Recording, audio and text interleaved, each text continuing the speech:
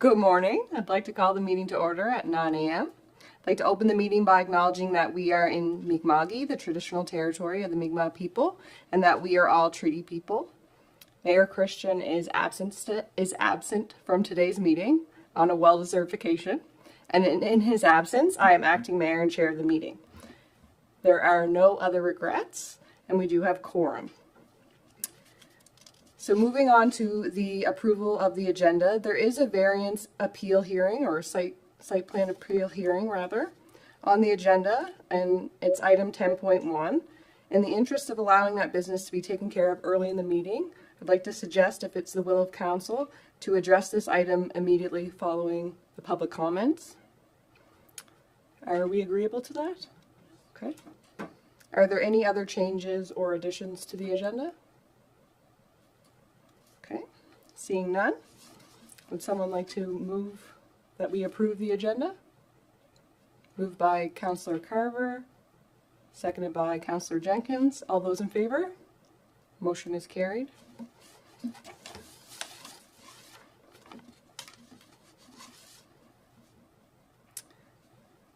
So we are at declaration of conflict of interest. So are there any conflicts of interest that any members of council would like to declare at this time?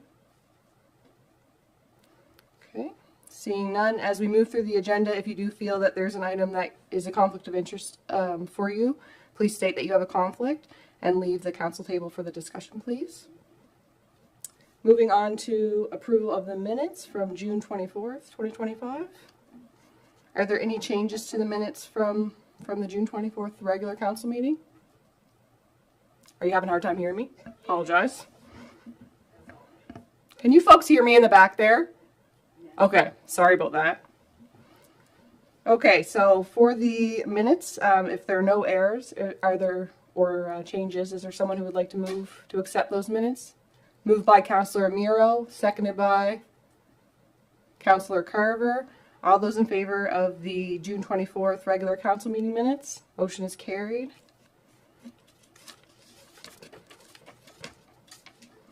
Moving on to the public comment section. So anyone here in the public gallery may speak. If you would like to do so, you do have a 5 minutes maximum.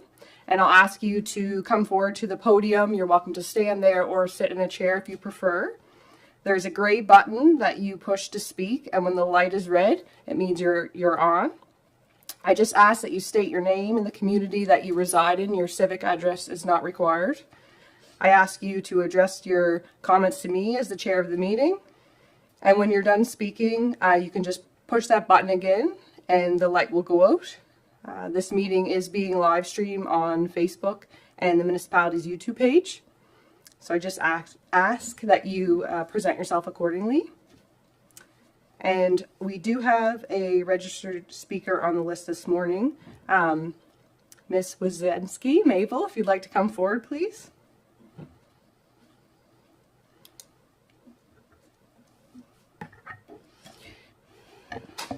Good morning. My name is Mabel Wisniewski. I do reside at 34 Mersey Avenue in Liverpool. I'm in front of you this morning because I've experienced quite a frustration with the Department of Infrastructure. I came home Friday evening on July 27th to find a cul-de-sac sign in my yard. Now, for those of you who are not familiar with Mersey Avenue, I live at the foot of it on the right-hand side. The region already has an easement on my property. I have no problem with that. They have a fire hydrant. Behind the fire hydrant, there's a paved section that my property marker is in and I pay taxes for. Now, I phoned the Department of Infrastructure on July 2nd. I got the voicemail of a Dana Henley. She asked for a detailed message and she said somebody would return my call promptly.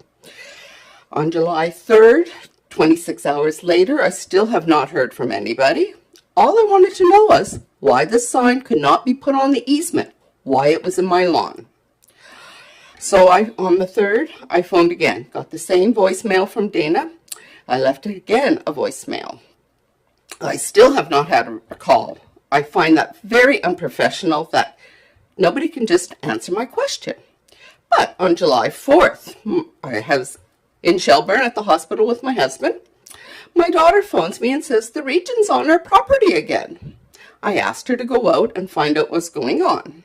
The surveyor, Danny Mossman, was very pleasant, very helpful, and he further explained to my daughter that the region does not have to discuss with us why they do things on our property. Fine.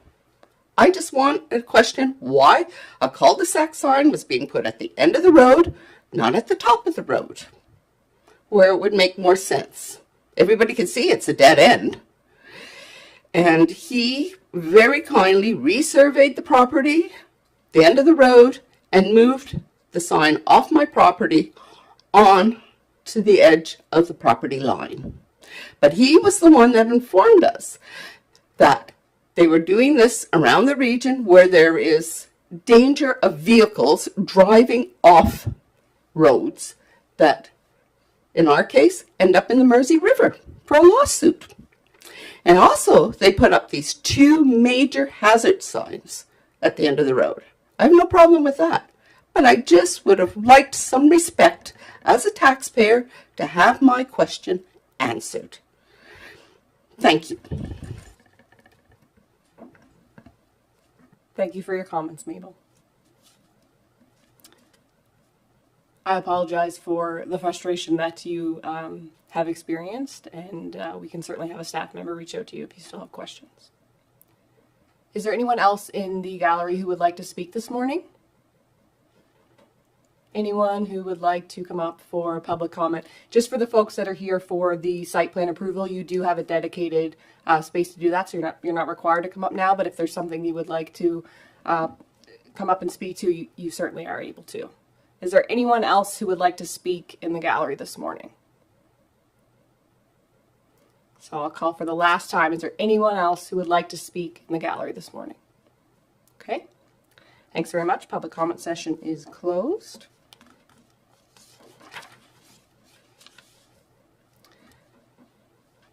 As discussed in the approval of the agenda, there's a site plan appeal hearing this morning for a housing unit proposed for Waterloo Street.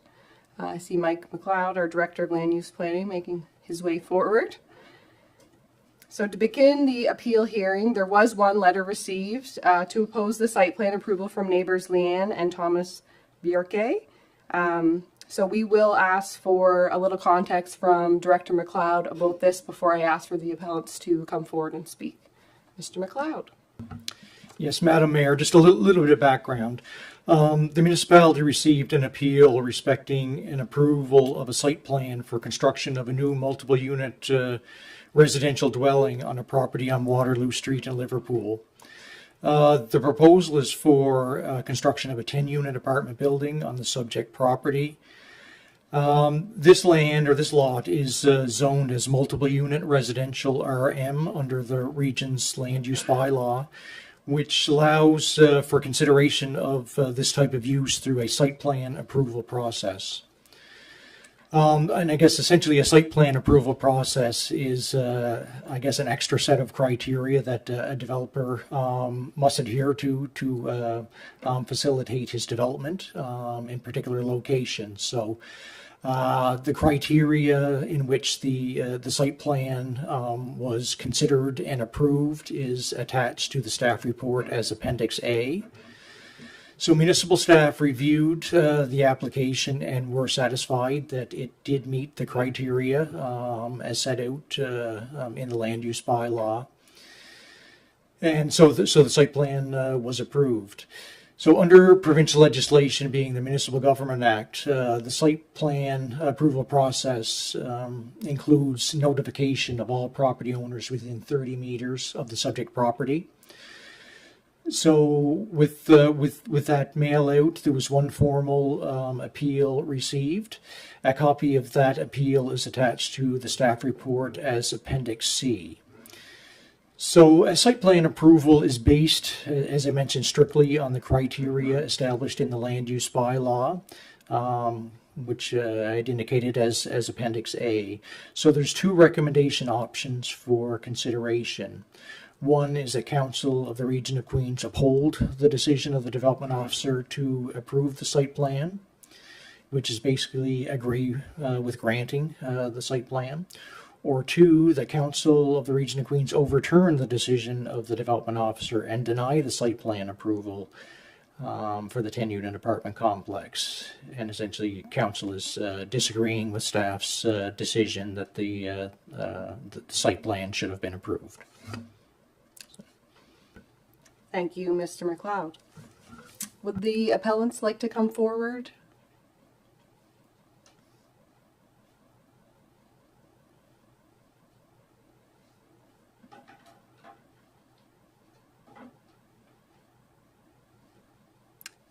Go ahead. My name is Thomas Bjorka. I live on Waterloo Street, actually in the backyard of this development with my wife. And I represent my in-laws who actually own this dwelling. We've been residing there for over 3 years. My family or my in-laws have owned that for over 15 years or more at that place. My in-laws received the letter back in 1st of June and forwarded it to us so that we could judge and see what was going on. The letter that was sent out, we found very vague and very small in terms of the diagrams, and we found it didn't have a lot of detail in it, and with no reference to being able to see the original plans to make sure that all the measurements are in correct order. We had several concerns when we heard this. This was the first official time we heard about this in June. And we had always heard rumors for the last 6 months or so of different things going in.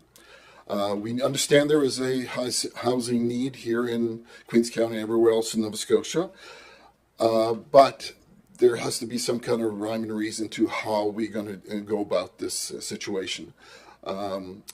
We are now trying, the developers trying to put into a 10 apartment unit complex in essentially in a backyard where a house lot could fit in. It's not very much. It's never been developed. It's never been used ever. The amount of work to remove rocks and shale and everything else that is in this area seems to be a tremendous task. So there's a few points that we are concerned with. A is we are opposed to this project from the get-go. We find that the size of the development based on the property lines and everything like that looks great on paper. But you try to walk this lot and see how that looks compared to the rest of the neighborhood. You are taking the essence out of the neighborhood by plopping a big building into essential that was a house lot.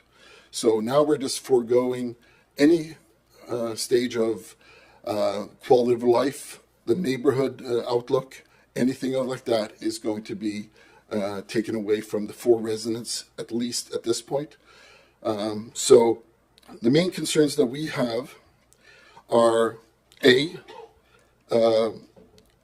what 10 units are we talking here? Are we talking 10 two-bedroom units? Are we talking 4-bedroom units? What are we talking here? We need to know what the amount of people that are going to be expected to live in these type quarters. There is one, and what kind of housing is this? We've heard many things, and we also looked at the Housing Nova Scotia Trust website, and they refer to that they only deal with professionals, mostly healthcare people that are going to be staying there, et cetera, et cetera. There's no clear guide to what is going to be occurring here. We also, one things that came out clearly in the letter is the proposal for the garbage area. And for a 10-unit dwelling, there's a fairly large garbage collection area that needs to be seeded. Where they have proposed their garbage unit is essentially less than 20 feet from my bedroom window and 8 feet from my fence. And they propose to have what looks like an 8 by 10 or 8 by 20 building or enclosure for garbage.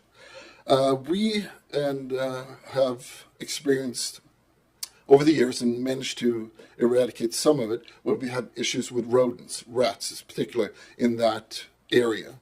Because there's a lot of rocks, a lot of detritus, and it's been overgrown for years. And on that, we have raccoons, but rats are the biggest issue in that area. And we fear that by putting a garbage area that close to us and any of our neighbors is a deterrent to any healthy living, because we have a backyard that will be right behind this. And this is where we do most of our recreation during the summer months. And so to put it out front, yeah, I can see the easement of using it for garbage collection, but there's a perfectly fine spot at the end of the parking lot of the development towards the substation where it doesn't bother anybody, but then it becomes really the property's problem if there is an issue with rodents and everything down in that area. Not to say least the people that live in this house on Waterloo Street. The other thing we also was wondering about is it seems to be not a lot of parking spaces available for 10 unit. It looks like it's going to be only 10, so one per unit. If there's more than a one bedroom apartment and there's 2 bedrooms, there could be roommates, there could be 2 people with vehicles, where are they going to be parking? So that is another concern along with the traffic that's going to be coming in and out of here on Waterloo, which is a busy street. There's a lot of foot traffic. It's in the school zone.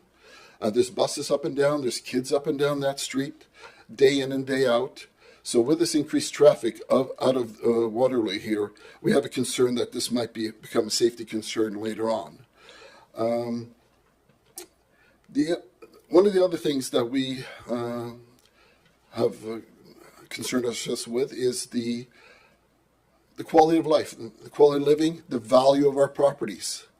All of a sudden, we have this big building, a road going in, up to, I would say, if you have 30 people more living in a small area, there's going to be a lot more noise, a lot more noise pollution, etc. We also don't know who is going to be maintaining these properties. Is this going to be a regular thing? Is it, because we see it over and over again, not only in municipality terms, but in private terms too, that these properties, for the first little bit, are well maintained, they're looked after, and that slowly dissipates over time. And then we start having problems, and then we start issues and complaints start gathering. And we have no idea, is this being looked after a property development? Is it Trust in Nova Scotia, Housing Trust in Nova Scotia, looking after this? Those are things that we need to find out. Not only that, lighting pollution is another one. How is the lighting system going to be? Because it's going to be a fairly long driveway to get into the back of the apartments, and I know that rules require certain amount of lighting. We know that the lighting has to be at eye level in certain instances and so forth. But if we have a lot of lights through there, the backyard is basically going to be lit up as a torch. So those are things that we want to know. So the property value is the other thing that we are as concerned as anything. We feel that having this big building in our backyard will not enhance by any means our property value, our way of life, and the way our neighbors live in in all honesty, a tranquility and peaceful part of town, which the rest is as well. And we feel that putting this right in the middle of essentially just a residential area, other than the school, is a huge deterrent to that value of our properties. We've seen development up on Cobb's Ridge. It's behind the old developments that was there. It's shielded by woods. It has its own access. And but you can't even see them from the old neighborhood, except through the trees maybe in somebody's backyards. And we find that plopping this 10-unit building in is completely against anything else that is in this whole entire neighborhood. We don't even have a 10-story building really, other than the Mersey Hotel downtown. We want to know, why is it important to let it develop here? Is it for as I said, the Nova Scotia Housing Trust? Are they following their rules of who is going to be in this building? Because according to them, it's going to be healthcare professionals, other professionals that work at the hospital, but the rules and regulations that they have do not make sense, because it says you have to live either 6 months or up to a year in the area before you can qualify for this housing, or you have to have been employed in the area for 5 years. These people that do work at these institutions that this Housing Trust Nova Scotia supposedly favor, and honestly, they have housing already. They have houses. They live in apartments, the few that are here in Liverpool, but they do mostly have housing, if not here, in Milton, in Bridgewater, even if they travel to the hospital. So we don't even know what are they intending on putting in there in terms of residents, and how many. Another thing that we do also, I just thought about, is snow removal of this place. Are they going to just shove it into the Catholic church's yard in the back? I know they're putting a berm and everything like this up, but egress and ingress is going to be a one-way place here in emergency situations. But also, as I said, garbage removal and general maintenance and everything like this are things that we have had great concern with.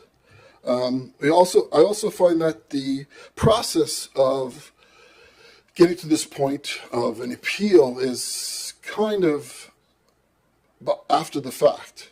I find the way that the municipality and the developers gone about this, when they come up with a proposal, at that point, this should be brought up to the residents as well, because we don't have to go through this whole rigmarole at this point. Because if there is issues that occur at the beginning, they can probably be dealt with the people that live in the community before we get to this process here. Because now we feel like we're at the end of the rope and we have nothing to say, and this is just a formality than anything else. And the way it went about, we were lucky enough that my in-laws got the letter.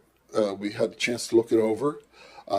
We spoke with all our other neighbors, except the ones that are below us on Waterloo Street. And one neighbor didn't even receive the letter. We were given a 2-week turnaround time from the appeal letter to actually appeal this. And this is a little bit more important, I think, and deserves more time to go over things.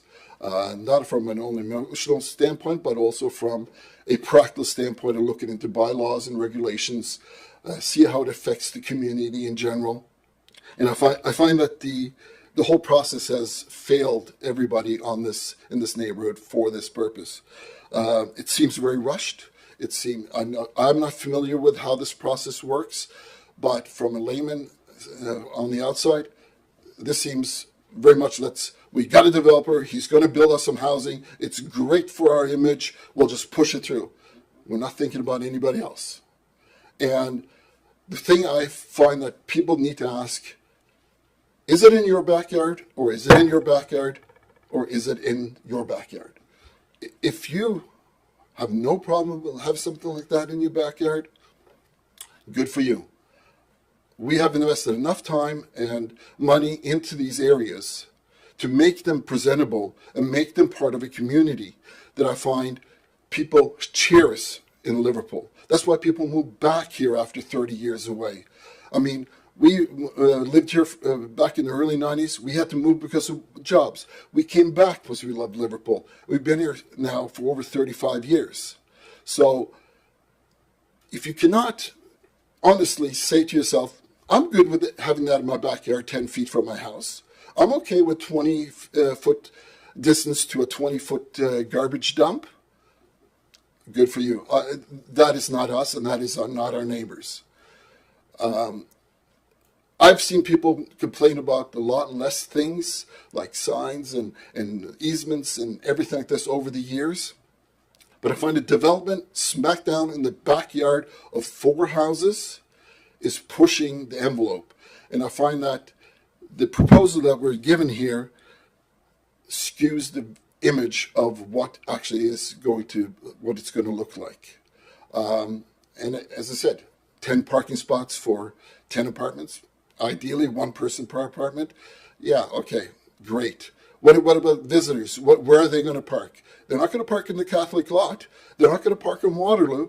Are they going to start filling up the lot at the school? What is the thought about that? So I say to the council that this is something that I find has been pushed through quicker than it needs to be. And the process has been kind of at the last minute kind of resolution. And as I said to you, it really has,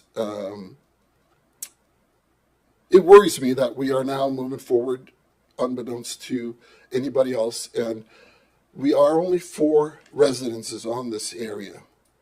And if this was a proposal that come through, I've spoken to people that have dealt with the Housing Nova Scotia Trust before, and they've actually had similar projects where they actually went door to door before the proposals were coming in and saying, this is what we're planning on doing. We just want to make sure aware of that this is what's happening. And this was a development that had 15 neighbors in their backyard with this. And they had the courtesy to go around and actually face-to-face look these people up. Sending a letter out, not even registered, so that you can get proof that it was sent mailed, but sending out, honestly, in summertime, when some people are not around, can create holes in this whole system of appeal, which it obviously has, since we were the only ones that got it in time and wrote a formal letter of appeal.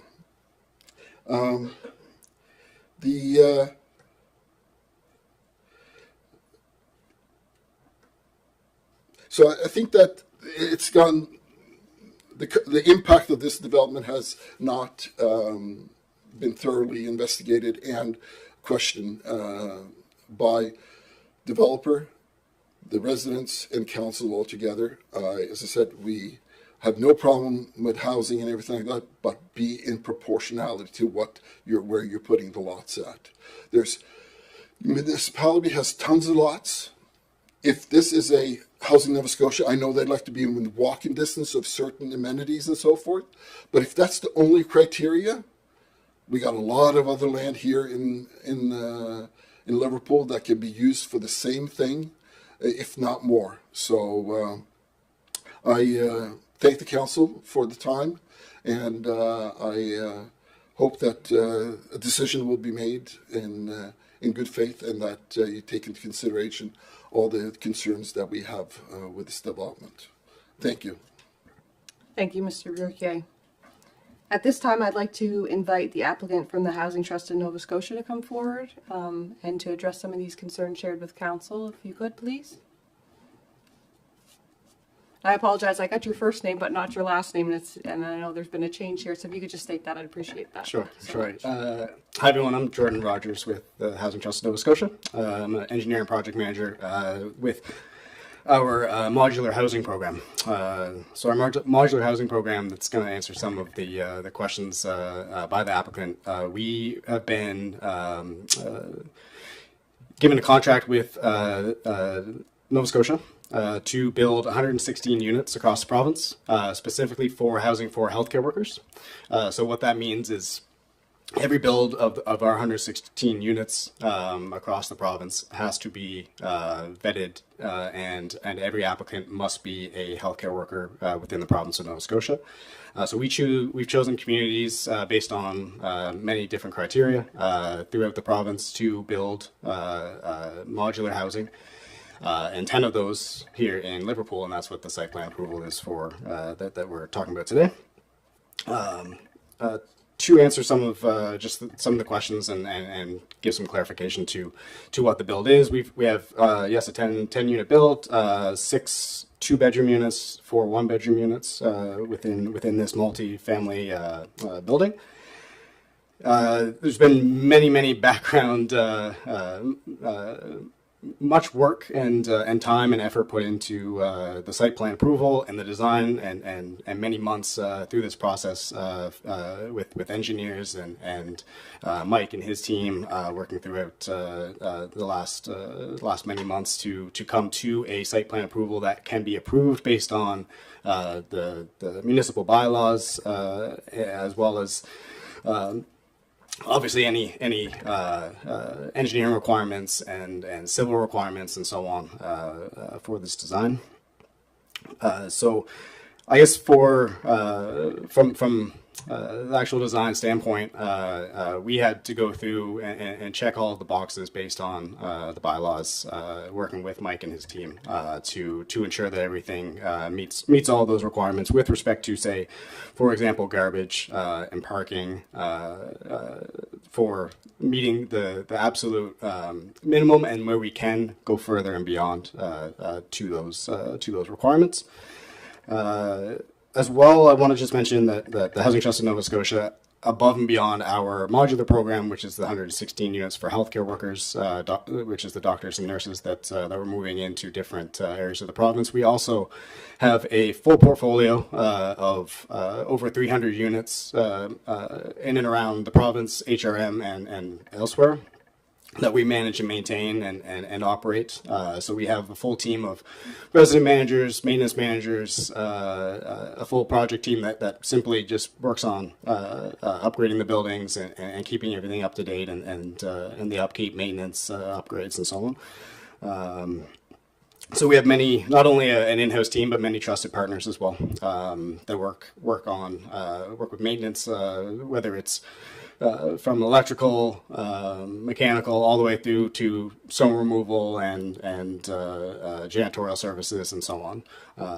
So we do have a full array, straight from what I do, from planning a brand new build and working through land acquisition all the way through new buildings, to actual residents and the management of the unit and the management of the building and the site and everything of that nature. So we go from very start to finish and continue to operate all the way through. So we are very confident and established in what we do with managing the housing, and everything that we do is also consider what we consider affordable housing for both our healthcare program and as well as our portfolio that we have throughout the province. So we have a 50-50 model where we have 50% of our residents get a contribution from our program to reduce their rent to make it more affordable for them based on their income. And then everybody else, the other 50%, is at the market rate based on their income that they can afford the market rate of rent. So yeah, that's a little bit about the Housing Trust of Nova Scotia and what we do, and a little bit of the background on what this site plan is. Thank you very much. Does council have any questions for Mr. Rogers? Councilor Wenzel, go ahead. Good morning. I'm a little confused with the affordable housing that you just mentioned. First, you said that the 10 units that you're proposing here are for healthcare workers and healthcare workers only. Is that correct? Yes, that's right. So our modular program that I manage, we build 116 units across the province. These 10 specifically are part of that program. So these 10 units under contract with the province, they have to be healthcare workers, employed healthcare workers that are signed on and live in these buildings. So like I said, we have doctors and nurses in, we have 8 units in Guysborough that are fully occupied right now, modular townhouses, all with doctors and nurses new to Guysborough. So with that, you said affordable. So these 10 units are what you consider affordable housing, or are they affordable housing? And I'm going to follow up with another question, which is, What happens to those units if you don't find any healthcare workers in Queens County that want to rent them? Do they sit vacant? Yes, so they are considered affordable housing based on the model of we do a lot of research for what is considered market rent within the region. For a one bedroom of our size, for example, if we're looking at a one bedroom, and we set our rent because we're also just we're a nonprofit that does affordable housing. Our rent we set as near market rent, so we go a little bit slightly lower than what the market value is, and that would be what we set as market rent. And then from there, the affordability comes from an application process that the tenant may have. So, for example, a nurse that makes say $50,000 can afford $1,000 unit, to make easy numbers. But our units based on near market rent are $1,200. They can get approved, and they're going to pay $1,000 a month.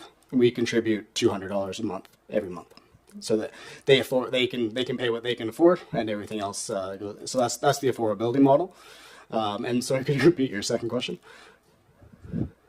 If you don't find any healthcare workers for your units, what happens to them? Do they remain vacant, or do you go elsewhere? So we have to put healthcare workers within these units. So we do a lot of outreach to healthcare programs, the NSHA, everywhere that we can. So far, luckily, we haven't had any issues with that, but we have had discussions with the province in that exact instance that if we were having issues, is there a timeline to fill these units up, and what would that look like? And they have basically given us a plan B of skilled trades would be the secondary fill under the same model. Thank you. Any other questions from members of council? Councilor Miro? I just have a question, probably for Director McLeod. The 8x10 building for waste that's toward the end of the property, is it possible to put that towards the front of the property, away from the other properties? Well, I guess that would be more, probably for the developers. I guess we, under the site plan approval criteria, just require those, the screened garbage areas to be located within the property boundary. We don't specify a location within that. So whether they could realistically be moved to another area, I guess the developer could look at that and see if there was opportunity to do that. But we do not have requirements under our regulations to dictate that. So. I will just comment. Yeah, that's absolutely something we would consider in looking at the design. We'd have to take back to our design team and make sure that we're following all the bylaws for all of the basically the dimensions that it does have to fit within. But certainly something we can consider and look at. Thanks very much. Are there any other, Councilor Fancy? Yeah, when you talk about healthcare workers, are you talking just about doctors and nurses? Are you talking about anybody who works within the hospital? Are you talking about VON? Those are healthcare workers really too. So what are you making your limitations to? That's a great question. So there's a certain criteria under I don't remember the exact term for it, but within when you define your role or define what you do for work, there's codes that set you apart. So for me as an engineer, when I go to file my taxes, for example, there's a code that would be required. So there's a certain section that is healthcare workers, and that could be somebody working at the hospital that maybe works in the cafeteria. It could be somebody that works at a pharmacy. Anybody that falls under that realm of working within healthcare. Employed by Nova Scotia Healthcare Association is an easy checkmark. But yes, essentially any healthcare related field is considered, and there is an application process and approval process for that is basically stipulated throughout our contract of who does qualify there. Yep. Thank you very much. If there are no further questions, you're welcome to head back to your seat. Thank you so much.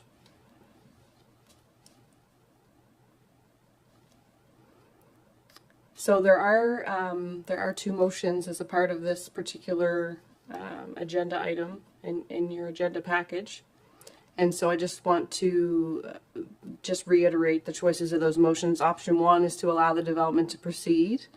Option 2 is to stop the development. With the site plan approvals, as you folks know, there is specific criteria, as Director McLeod mentioned, that you can vet against this, but that's the only criteria that you can vet, which is a part of your package in Appendix A. And so at this time, I will ask if there are any further questions of Director McLeod, and perhaps if there are any motions that any members of council are looking to put forward at this time. Councillor Miro?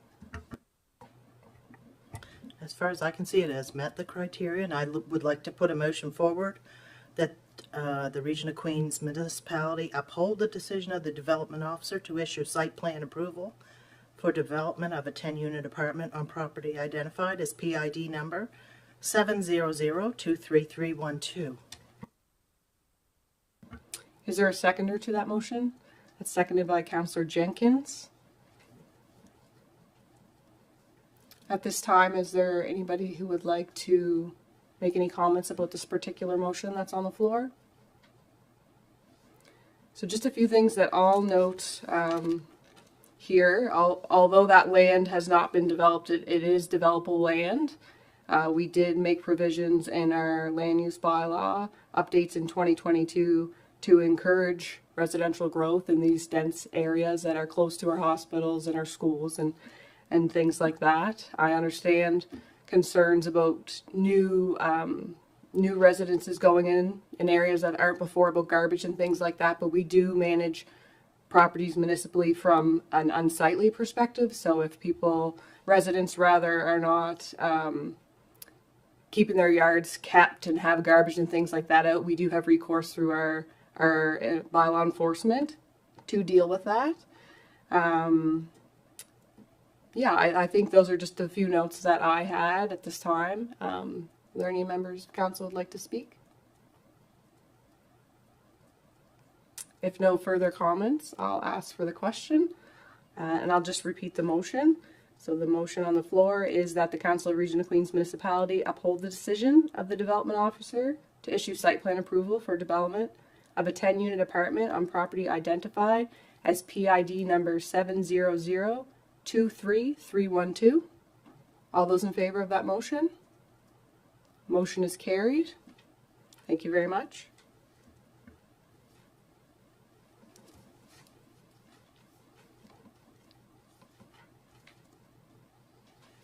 We will be moving forward with the presentation. At this time, I'd just like to call for a brief 5-minute recess, and then we'll move forward with our first presentation. Thank you very much.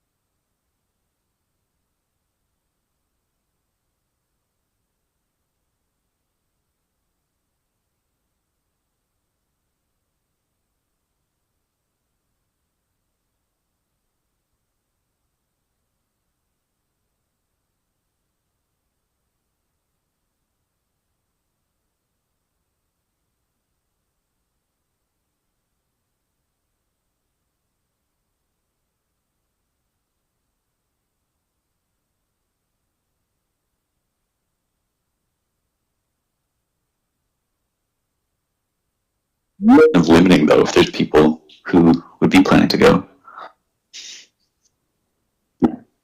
Yeah, correct. Good morning.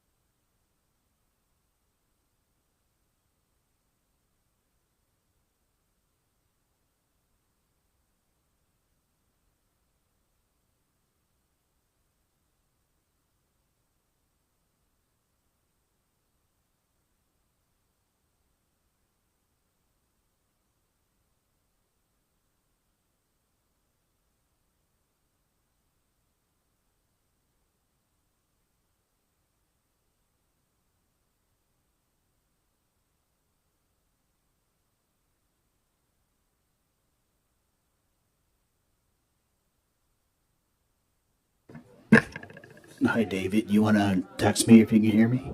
Thanks.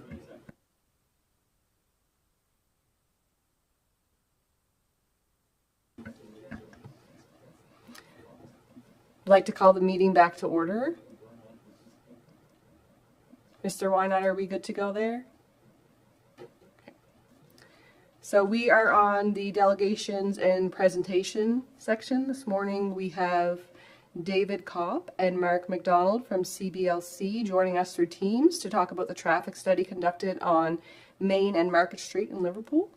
So I'd like to welcome David and Mark, and you folks can take it away when you're ready.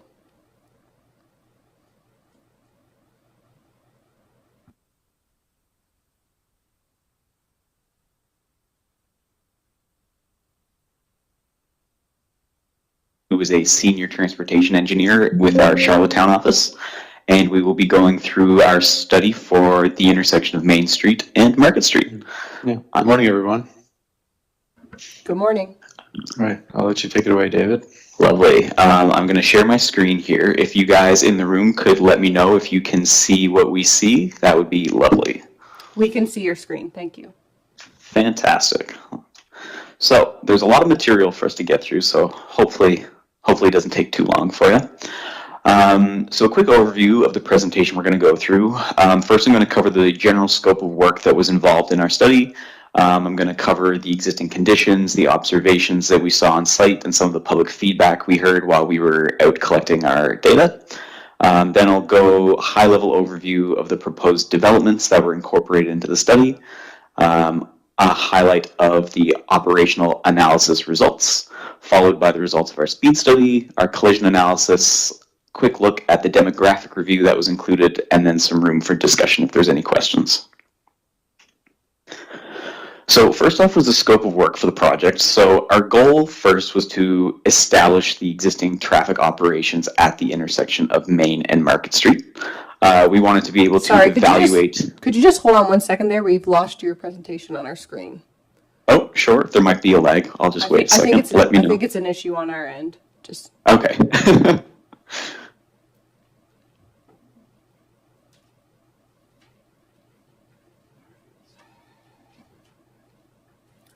Okay, I think we're good if you would like to proceed.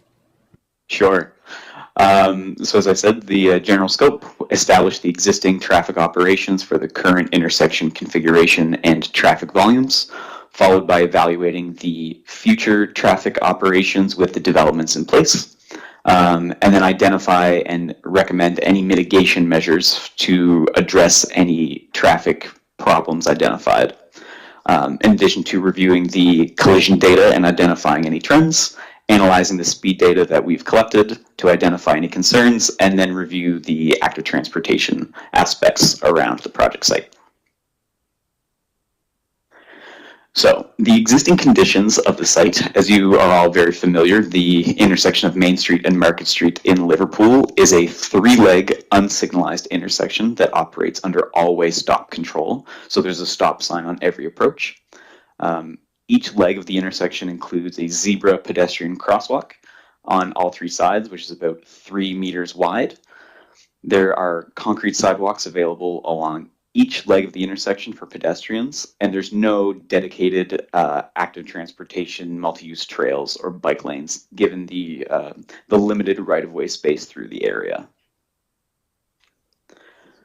So some of the observations that we had from our site visit was that the intersection seemed to operate quite well with no major issues, so everything moved smoothly. All the vehicles were yielding to the pedestrians where appropriate. Everyone was stopping as required. There was no long queues. One thing that I definitely noticed while I was there on site was the parking in front of the post office, the angled parking, was in very high demand with a lot of turnover and very short dwell times for the vehicles. So that's one thing of note right off the gate, was that that's an opportunity for additional friction and distraction, was the folks coming and going so frequently from that space. Another thing that was identified at the RFP stage was the overhead sign across Main Street. While it doesn't appear to be actually blocking any sight lines when you're using the intersection, it does add some visual clutter to the space. So it's not actually creating an obstacle for sight lines, but it's just adding more for the folks to look at, since there's a lot going on at the intersection visually. So while I was out on site to take my observations, I wandered around and I poked my head into some of the businesses, and I spoke to some of the pedestrians on the street just to get their thoughts and feelings about the intersection, how it works for pedestrians, how it works for vehicles. And I got sort of a mixed review from the folks that I spoke with. There was a number of folks who identified that cars or trucks were not yielding to pedestrians. They were sort of blasting through the stop signs and just ignoring any pedestrians who were waiting. There definitely seems to be a bit of a lack of trust on the part of the pedestrian that vehicles will actually stop where they're supposed to when they approach the intersection. And it was also identified that because there's so much going on visually, there's a lot of signage, there's a lot of businesses right across from the intersection, that it can be a bit, not necessarily confusing, but just distracting, I guess, when you're looking at the cars to make sure you can go, and if there's pedestrians waiting to go, depending on the signage that's happening or what's going on with the business fronts, it can distract your eye from where you actually need to see it. We also heard from a number of people that there was no concerns. They had never had any issues when using the intersection as a pedestrian or as a driver, and they didn't think that there was any changes needed to it. So a bit of a mix, as one would expect for something like this, but it was good to hear from the people. So a quick overview on the proposed development that we wanted to consider as part of our study. So there's a number of developments that are proposed down on the in the Mount Pleasant region, and these are located off of Shore Road. So there's 4, 5, the Curve, Birchwood, the Point, and Dauphine. I'm not sure the exact pronunciation, but there's a lot of units going in down through this region, and it's a combination of apartments, semi-detached houses, duplexes, and townhouses. We use the industry standard Institute of Transportation Engineers trip generation rates to estimate the number of new trips that would be generated by these proposed developments coming to and from the site for each of our analysis peak hours. So as part of this study, we analyzed the morning peak hour, the AM, the midday peak hour, and the afternoon peak hour, the PM. So you'll see us, some of the numbers as we report the operations. We'll have AM, midday, and PM. That's what those are representing. And with the new development, not all of the trips are expected to actually pass directly through the studied intersection, as some of them will be diverted off in other directions with other destinations. So not everything was sent directly through. But we did find overall, during the morning, the new developments would generate 119 trips. During the midday, there'd be 96 trips. And during the afternoon peak hour, there would be 148 trips to and from the developments. So for the existing performance of the intersection, we looked at the 2025 traffic volumes that were counted while we were on site in February. And in order to assess the operations, we generally look at 4 sort of metrics. So there's queue lengths, VC ratios, delays, and level of service. Queue lengths just represent how many cars are lined up at the stop sign on each approach. The VC ratio means volume to capacity ratio, and is sort of a representation of the space available in the lane to accommodate more traffic in comparison to its theoretical capacity. So as a VC ratio hits 1, that means that that lane group is at its capacity and doesn't have room for any more vehicles without conditions sort of deteriorating into severe gridlock. Delays just represent how long a vehicle typically would have to wait in order to make its movement when it gets to the intersection. And overall, the level of service, which is sort of the high-level look at the operations, is directly related to the delays. So level of service is on a scale from A through F, with level of service A indicating intersection operations that are free flow conditions, no problems at all, hardly any delays, whereas level of service F would basically be gridlock and you can't move. So in most jurisdictions, levels of service A, B, C, and D are considered acceptable, whereas level of service E and F are when conditions require some improvement. So with that being said, our 2025 baseline performance for the intersection of Main and Market was found to be quite good overall, with level of service B during all 3 peak hour analysis periods.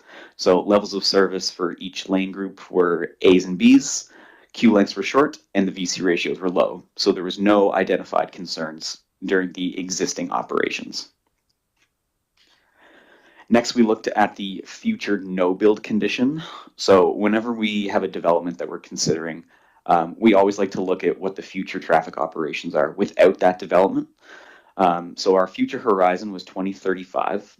And using the previous study that was conducted at this intersection, we compared the current traffic count volumes and the previous ones to identify an annual traffic growth rate of 1.17% annually over the 10 years, which means that the existing volumes were increased 12.4% for the 2035 condition. So with the increased traffic, we reran the analysis, and the results were quite similar. Levels of service B overall for the intersection, and the individual lane groups, levels of service A and B. Slight increases to queue lengths, VC ratios, and delays, but nothing significant, and continues to operate well with no concerns. Next, we go into our 2035 future build scenario, which is our no build with the background traffic, with the addition of the site trips from the proposed developments in the Mount Pleasant region. So with these added in, again, queue lengths, VC ratios, and delays increase a little bit more, but still remain within acceptable limits. Overall, the intersection operates at level of service B, which is very good during all peak hours. We noted that the southbound lane groups, so that would be Market Street, have switched to a level of service C in the morning and the afternoon peak hours. Despite this, it's still good operations. The VC ratios are well within reasonable limits. The delays are not high, and the queue lengths are still reasonable lengths. So again, even with the additional site trips, there are no recorded concerns for the intersection. Given the positive results with the additional site trips in the future, we wanted to see what would happen if we combined the westbound lanes into a single shared westbound through right turn lane instead of having two separate lanes for the through and the right movements, as is included in the existing configuration. The benefit of combining the right turns and through movements into a single lane would reduce the width of the intersection and reduce the crosswalk distance for pedestrians, which would help improve sight lines and help improve the safety for the folks navigating the intersection. So combining these, we found that there was very little impact to the overall operations, with things still operating at level service B. Queue lengths changed very little, VC ratios very little, no notable changes. So really a positive impact that you would get for the benefit for the pedestrians and the sight lines at this intersection by combining those lanes. Another piece that was included as part of the study was conducting a traffic signal warrant. So in order to do that, to assess whether traffic signals would be warranted at this intersection, we followed the Transportation Association of Canada signal warrant analysis. Through this process, you input the traffic volumes and the lane configurations, and you get a score to indicate whether or not signals would be warranted at that location. So we tested both the existing conditions as well as the 2035 traffic volumes, and we found that under both scenarios, they did not meet the threshold for a signal warrant. The existing condition resulted in 58 points, and the 2035 scored 94 points out of the minimum of 100 points required to warrant the signals. I know that in the future build, 94 is approaching 100, but it's not quite there yet. And given the positive operations under the future volumes, it doesn't seem like signals will be required in the near future. We also reviewed the site distances at the intersection for the different approaches. According to the Transportation Association of Canada, at an always stop control intersection, for a site distance, you only need to be able to see the first stopped vehicle on any approach.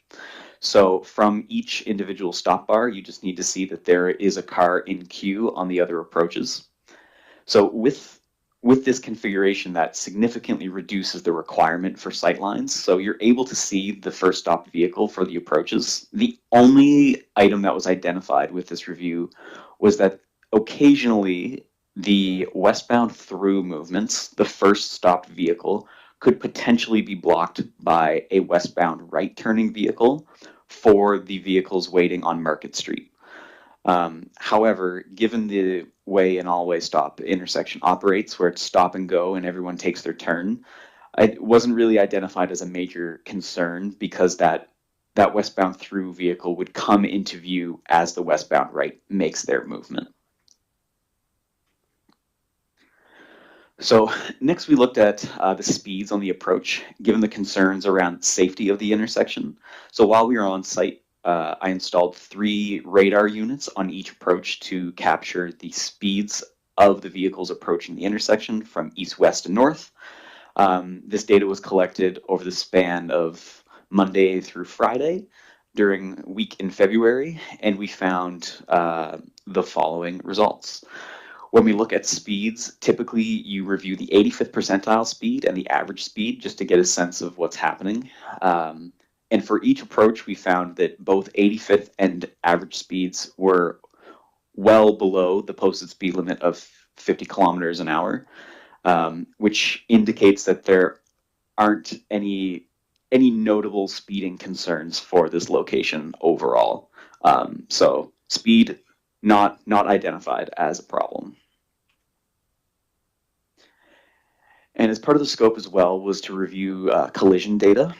So the collision data was provided to us from the municipality, which was in turn provided to them from the province. And it included all the collision data for about a 100-meter radius of this intersection from 2009 to 2024. One thing to note is that the data that was provided included the collision year, the general location, some GPS coordinates for certain incidents, a general description, a general configuration, and a severity score. Typically with collision analysis, what you want to do is you take all of the descriptors, all of the aspects that are recorded about the collision, and you try to identify trends. You put them all together and you see what comes out as happening over and over. And you try to identify connections between time of day, weather conditions, road conditions, the configuration of the road geometry itself, presence of animals, intoxication status of a driver. There's a lot of different characteristics that can be recorded and analyzed as part of a collision analysis. The data that was available for this area was quite limited, given the 6 components that were provided. So it made it very challenging to sort of draw any conclusions or highlight trends or causation between some of these incidents. So with a grain of salt, it was more of a high-level review, given the limited data. Overall, there was 36 reported collisions. 5 of those were found to be pedestrian vehicle related. The most common incidents that were found were rear-end collisions, stationary objects, and left-turning vehicles, with particularly parked vehicles. So something that came out with the review was that a lot of the incidents had to do with vehicles completing a parking maneuver or interacting with a vehicle that was already parked, which just sort of highlights the additional friction caused by those parking stalls on either side of the intersection that have to back in and out into the active traffic to complete their movements. So like I said, there really wasn't any major trends identified through the collision analysis, and more so just driver error seems to be the general consensus for the collision, due to the lack of additional information to draw some further trends. But yeah, highlight from this one was definitely that the parking maneuvers were an issue for the collisions through here. As part of the RFP, it was requested that we do a quick demographic review for things in the area. So we had a quick review of the census data over the past few years to see what's happening with the age groups and the work status. So we found that the population in the region is generally shifting to an increase in the older population, and a net decrease overall since 2011. So generally the population is getting a little bit older and the population is shrinking. So in a situation like this, that tends to indicate a higher reliance on vehicle transportation rather than active transportation as folks get older. which just means that the focus should be to ensure that, sight lines are kept clear, reducing visual clutter at the intersection, simplifying things where possible in order to keep things moving smoothly for the older demographic of drivers that'll be using the space.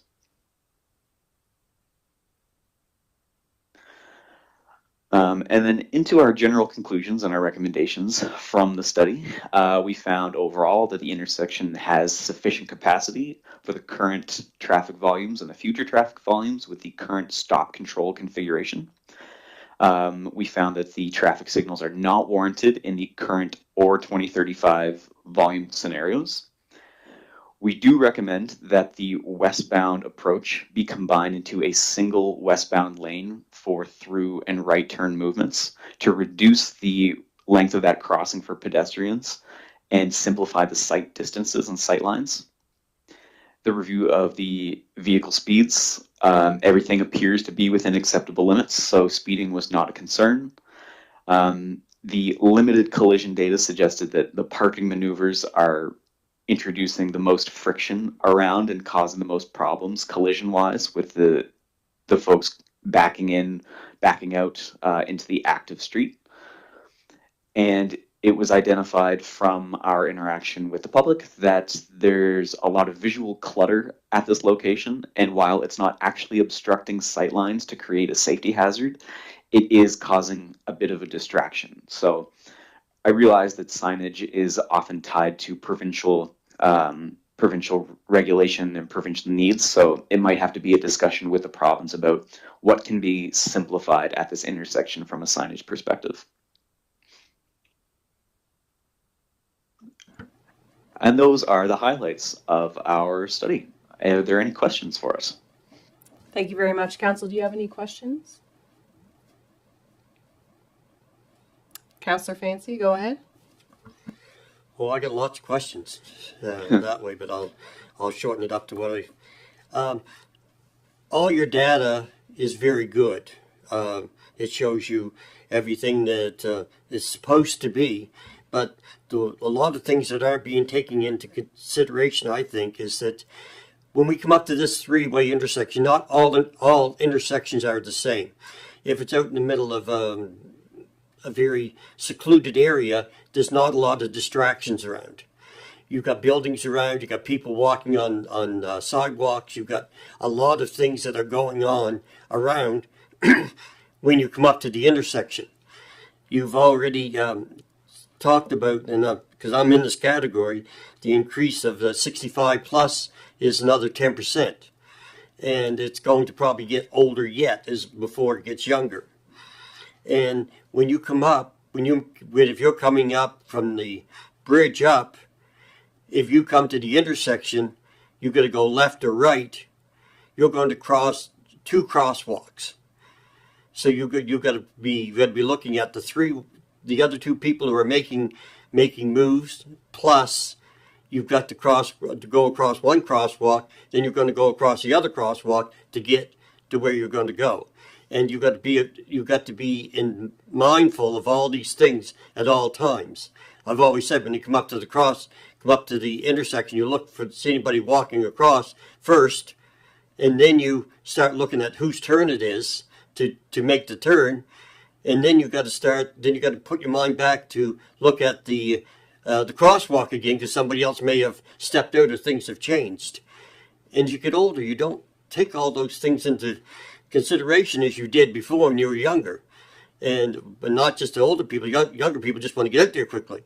So those are things we need something. We've already had, when you talked about the 36 collisions and 5 pedestrians being hit, that's not counting anywhere near the near misses. And there's been a lot of people that say, oh, I almost got hit. And that's not being recorded in here of all the near misses of this. We've had people hit, and I think due diligence, if we just walk away from this and say we're going to combine those two lanes, I don't think we're doing our job. I think we need to try to find some way of making people pause, whether we don't consider the traffic lights, that we consider an overhead light, maybe from the post office over to the Bank of Nova Scotia. That you press a button on one side that the overhead light will come on, the people will know a pedestrian's coming out there.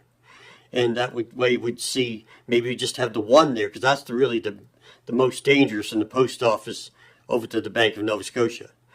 I think we have to do something in some way.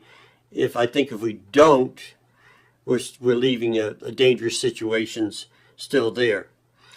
Like I said, there's lots of visual there. It's not like out in the country where you can see that everything's clear and you just can too. And there's just too much distractions when you're coming up to that area.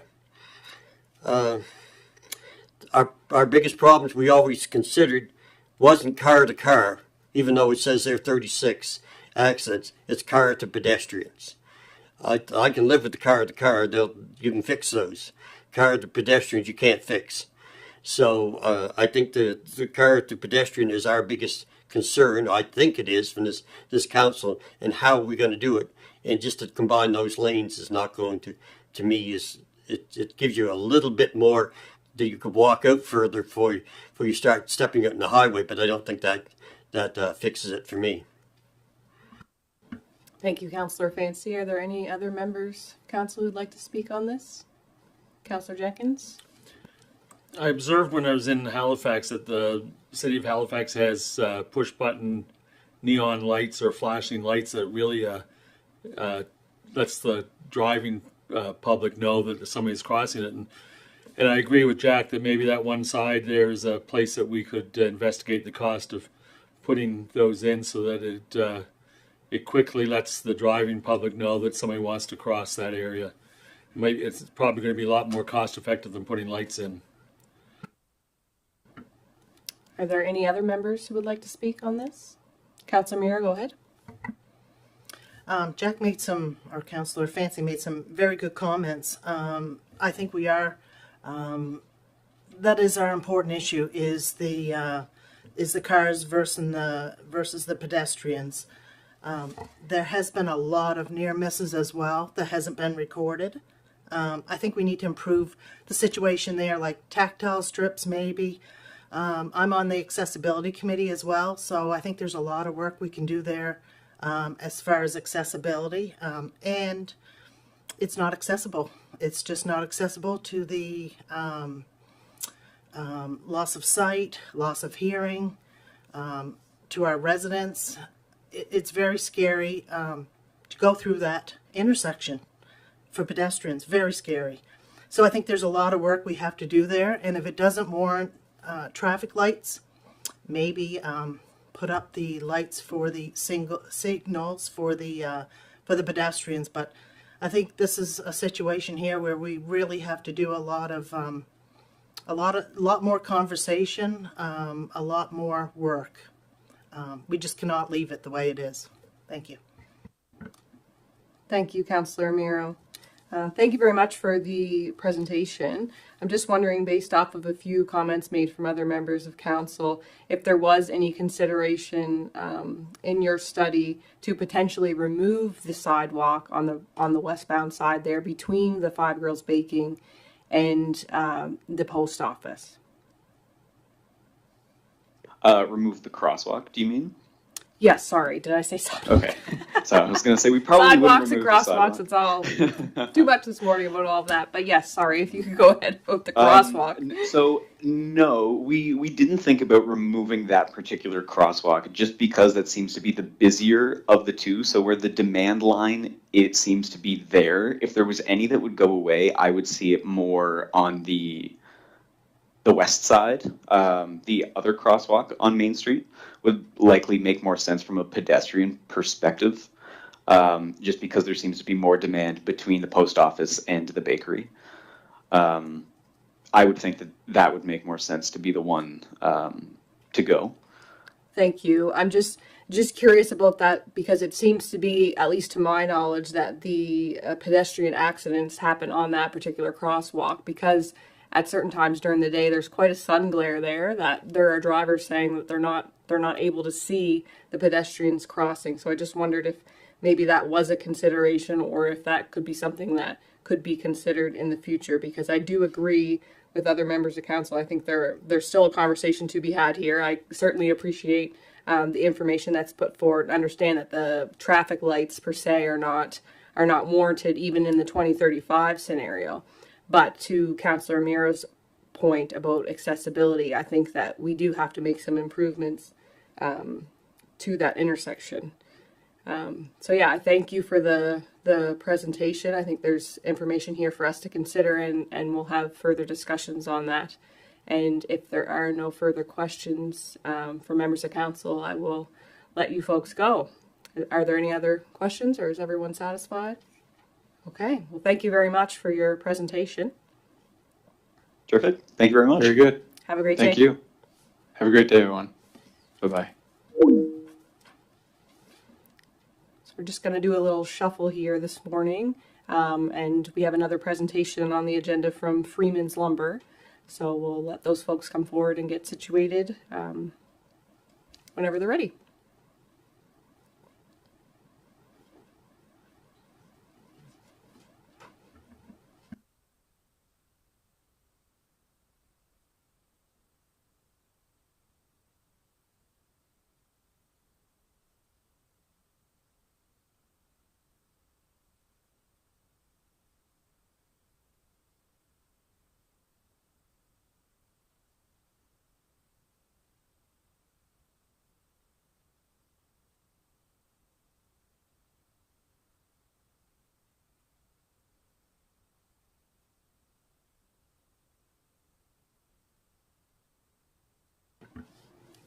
So welcome to Freeman's Lumber, and whenever you folks are ready, you can hit the mic and begin. I'm usually pretty loud, so can you hear me all right? My name is Marcus Swicker. I'm the Chief Operating Officer at Freeman Lumber. We're very happy to be here to do this presentation today. It's been a few days in coming, but we had quite a bit of work to do ahead of time, and I'll just let my two colleagues here that I work with introduce themselves.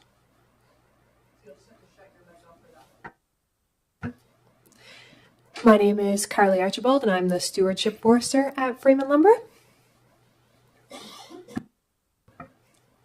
And hi, I'm Craig Hartland, forest technician working at Freeman Lumber, and I reside here in Liverpool. And the reason these folks are here with me today is because Carly does a lot of the work for larger landowners like the Queen's Municipality and their long-term sustainability, as well as our forest certification, making sure that our operations on the ground align with both government and sustainability standards. And Craig has worked for the mill for almost 20 years, lives here in Liverpool, and has looked after the last time we did some work on the municipality's land to help pay for the Greenfield School. So he was intimately involved in that, and he knows the land base quite well. So he probably doesn't know what every tree is, where, and how, but probably quite a few of them. So that's why he's here to provide some context. All right, so we'll get going. Most of the folks in here, I assume, know where the mill is and what we do. We're one of the largest employers in Queens County. We now have over 190 direct employees. I've been here for almost 200 years, since 1832. The mill's changed a lot since then, and we are now the largest purchaser of private wood in the province of Nova Scotia. So 82% of our fiber supply comes from private landowners like the municipality and other folks, and we're also the largest lumber producer. So we produce almost 130 million board feet of lumber per year, and all the residuals and things that go along with that. So we're 90% of the supply here for Brooklyn Energy, and a lot of other residual products as well. So we're committed to the county, is what I would say, and its landowners. One of the things we're quite proud of, recently, we just received our independent third-party certification called SFI, so our own Freeman Land Holdings, and we're looking to grow that program with other landowners. So basically there's an independent third party that comes in, looks at our long-term forest management plan and our practices, and says yes, they're sustainable over a 100-year time horizon, but also that what we're doing every day aligns well with what most people would consider good forestry and good environmental stewardship. And so we've gone down the road with starting to engage, and hopefully this time next year we have 3 or 4 of the other landowners that we work with. We manage their lands and do harvesting, silviculture, road construction, forest fire mitigation, all those types of things on them. as part of a long-term plan. We'll have a few more of the folks signed up as well. So we're quite proud of that. And we're hoping part of the outcome of this today is that we're going to be able to do that for the region of Queens. So there's lots of different benefits to manage your forest, and why should the region consider doing it with theirs, or a significant landowner in the province today, or in the municipality, and which is fairly rare. Not every municipality has the kind of forest lands that you folks have or have access to, and I think there's some things that we can you can get out of it as a region, but also there's a lot of risks and a lot of things you can do to improve that infrastructure if you look at it that way. We can actively manage them to increase their ecological values. Provide another big reason a lot of landowners actively manage their lands. It looks after the infrastructure. So a lot of woodlots and a lot of land holdings, forest land holdings. You have roads, bridges, trails, all those things that provide access to infrastructure, and how those get managed and paid for through most of the woodlots we work with is actually through the active forest management. All right, and at the end of the day, over time, you want to reduce the risk to your forest through either pests or fire. You want them to grow healthier, increase in value, and provide benefits back to the community, which I think we at Freeman Lumber we can do. And here's some of the reasons why. These are just some pictures from some land here in western Nova Scotia. The one to the left is an active forest fire, what it looked like afterwards. So there's definitely forest management plans, and some of the things we'll talk about here today should mitigate some of those risks. You're never going to completely eliminate the risk of fire, but through multi-age, different species composition of your forest, different age class structures, you can definitely minimize, if you do have a forest fire, how much of an impact it can have.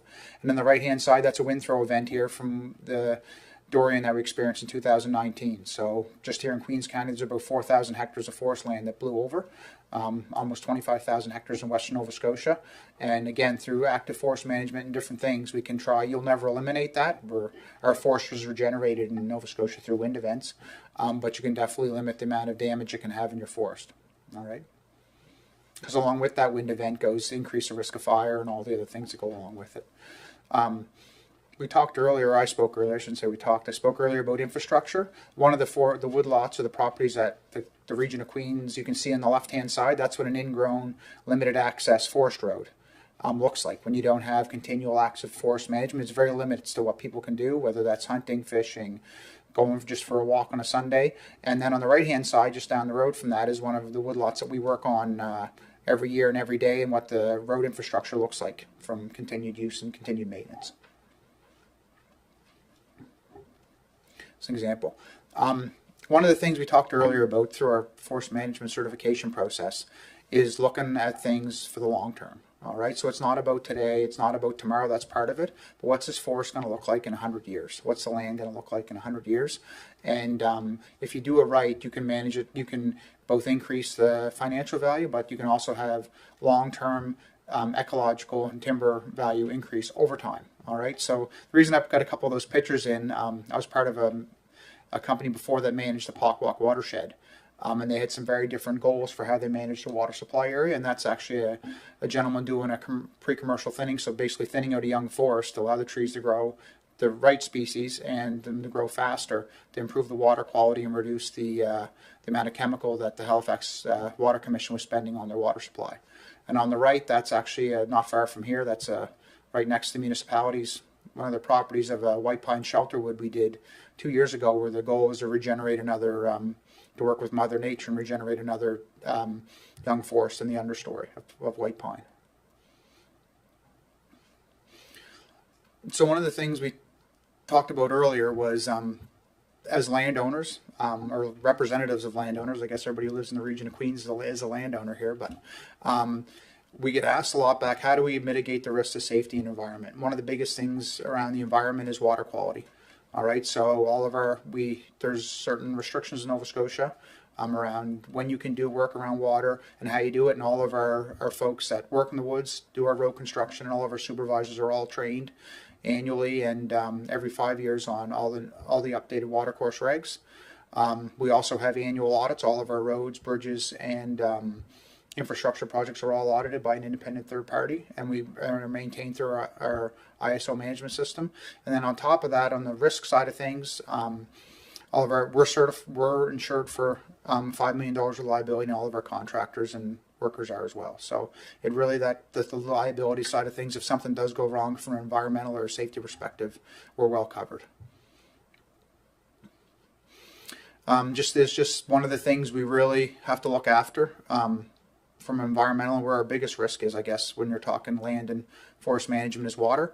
I just have some examples of certified folks putting in culverts, managing sedimentation, and then one on the picture on the left-hand side is a temporary bridge installation to make sure we didn't get any silt and no erosion along the water course. So just some pictures of some active operations in the last little bit. We also do, as part of our program, we also do compliance monitoring. So we have quarterly and monthly audits where supervisors and third-party auditors annually, I guess, they come out and they spend a week going along and auditing all our operations to make sure we're following all the BMPs. We have the right field cards for species at risk, where our on-the-ground operations match the province's stewardship guidelines for biodiversity. Those are just some folks of a recent audit we went through here in the spring. So some of our active operations, most of them here in Queens County. So what we're looking at, what I outlined, is what it looks like to work, the kind of work we do, and what it looks like to go to work in the forest.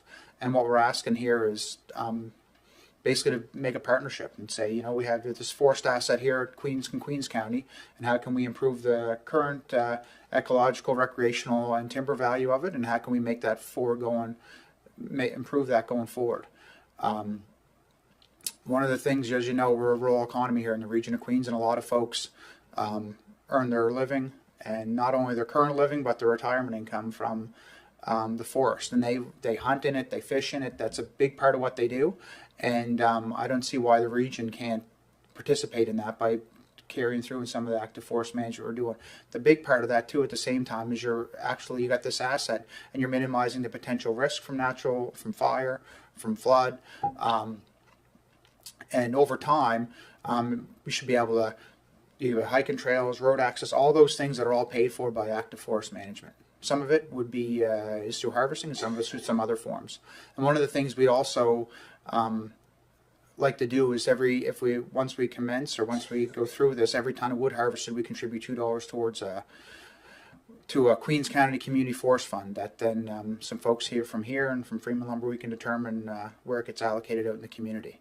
So I was part of an organization earlier, and Freeman's is one of the largest shareholders in Westford, and that's actually we've been able to hand out $100,000 to $200,000 a year back to the communities that the forest management for Crown Wood is harvested from, to help fund things like the playground in Caledonia, the North Queens, I shouldn't say. Yeah, North Queens, not Caledonia. Hiking trails. We've sponsored some scout camps, you name it. But every year that money goes back right to the local community based on how much wood actually is harvested from the forest. So we'd be willing to do the same thing for the region of Queens. So basically, if the long-term sustainable plan is 3,000 tons, for example, it's sustainable AAC, then that would be 6,000. Once that would get harvested, that'd be $6,000. We could then allocate back to the region for something that would come from Freeman Lumber. Again, none of the silviculture work, so any of the tree planting, any of the pre-commercial thinning, any of the actual work we do in the forest, that's on us. Is our commitment, and then all the harvesting and trucking will be done by people here in Queens County. We'll make that commitment as well. So whether the road that gets built, the bridge that gets made out at Nathan Forest Shop, the trucking, the harvesting, all that work, that gets done by folks here in Queens County. Okay. And this is just, I guess, people don't realize until you're looking around. We didn't realize it either, but that's just an overview sort of where the land holdings are that the region owns, and where they're distributed amongst the county. Not all of it's land that we could actively manage. There's wetlands, there's sensitive areas, there's all kinds. There's the dump. Sorry, not the dump. I got warned not to use that word, so I'll take it on the chin for that one. But Stewie's over here going, "What are you saying that word for?" the solid waste facility. But yeah, that's another forested land. But anyway. And just an example, we said, okay, we're going to go move forward here. What does the first 3 years look like? All right, and that's a lot of the conversation that we have when we have the same conversations with other landowners, whether they're private individuals or they're a group of brothers and sisters who inherited land from their family. It's what's the first couple of years look like, and it sort of gives you an idea, especially once you get out on the ground, of what things look like. So this is just a regional airport. And I know it's a bit of a hot topic, but there's an opportunity here to do some active forest management to basically you have that forest property. Not only does it have the airport, the airstrip on it, but it also has a significant forest holding. All right, and a lot of brush cutting to do. All right, that I suspect is probably going to cost the region some money to make happen.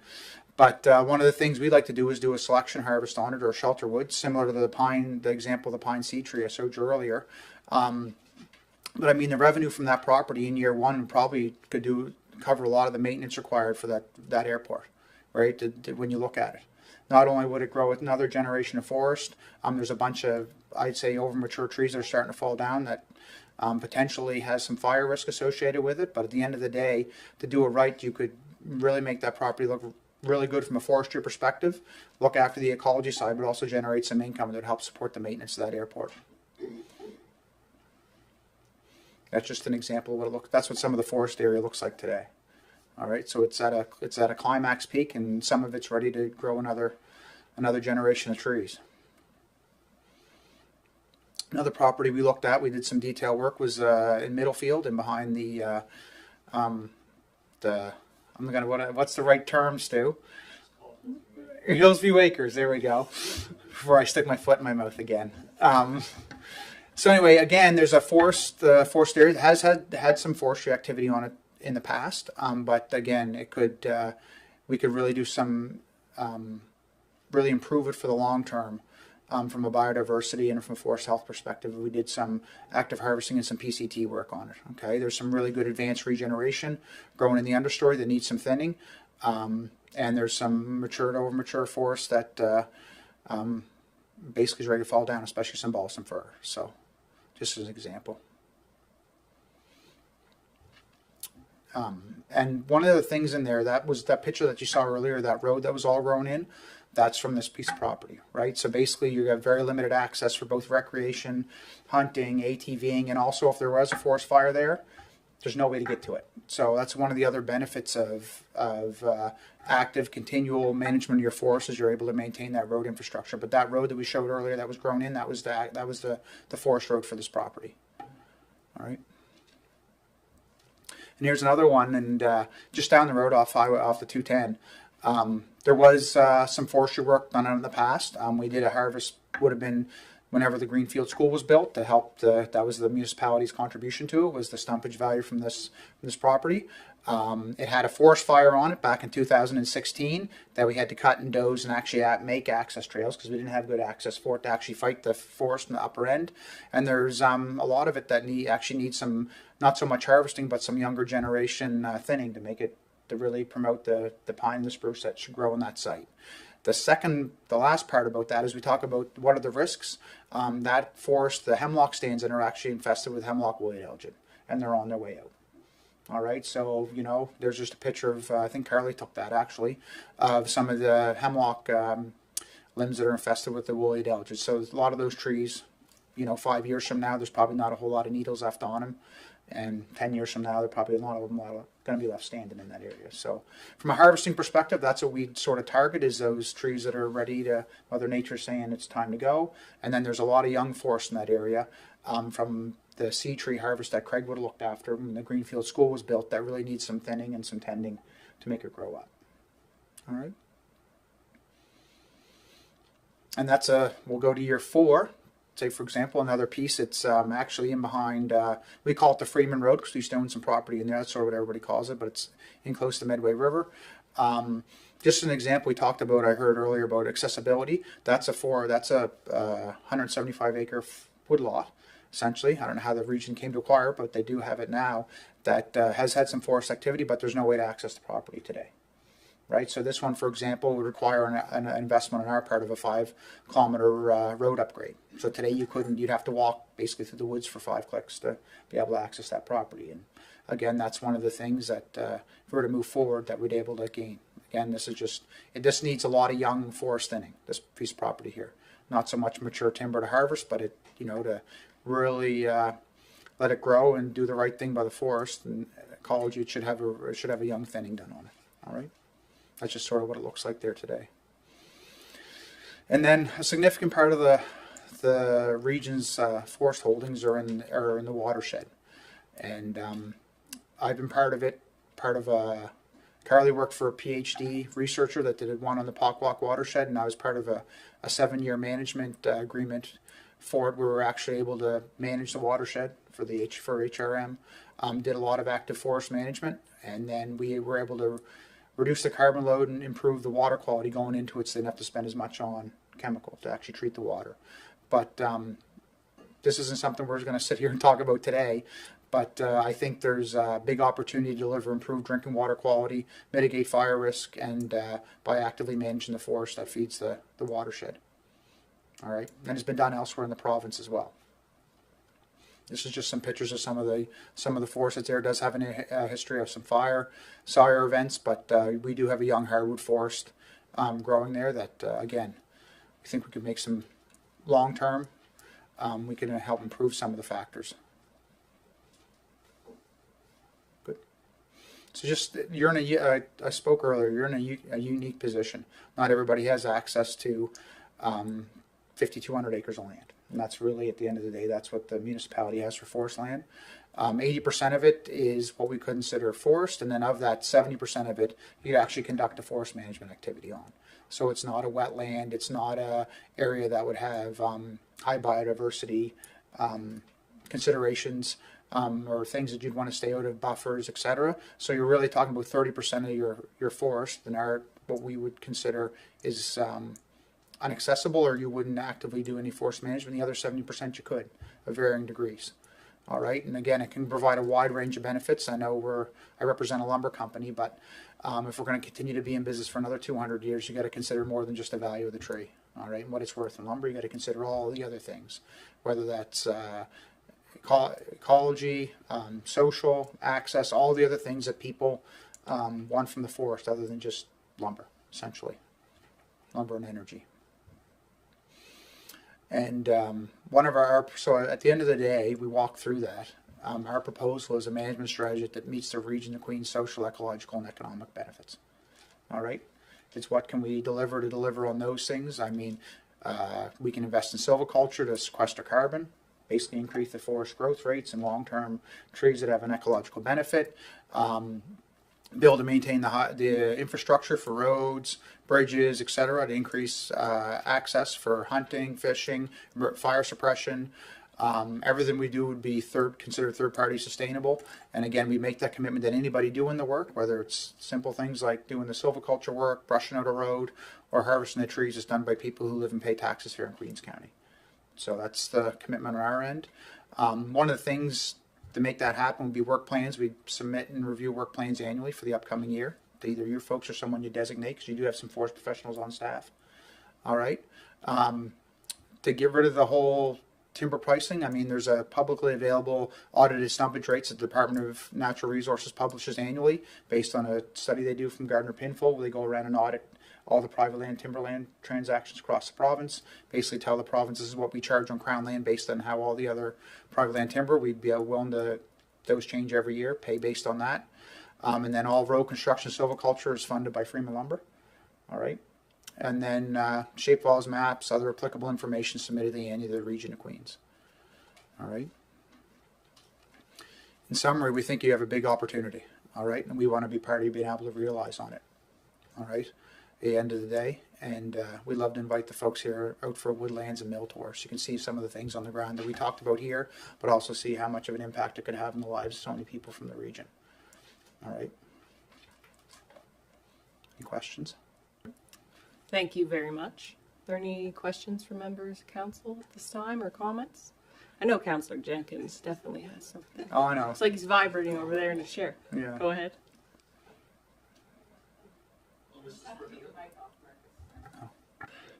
Thank you very much for your presentation. I'm aware of much of it previous to this. I do have some minor questions to ask. In your presentation, you said that you'd be putting $2 per ton into the Queens County Forest Fund. Is that in conjunction with what we could possibly get from West 4, or is that a completely separate fund?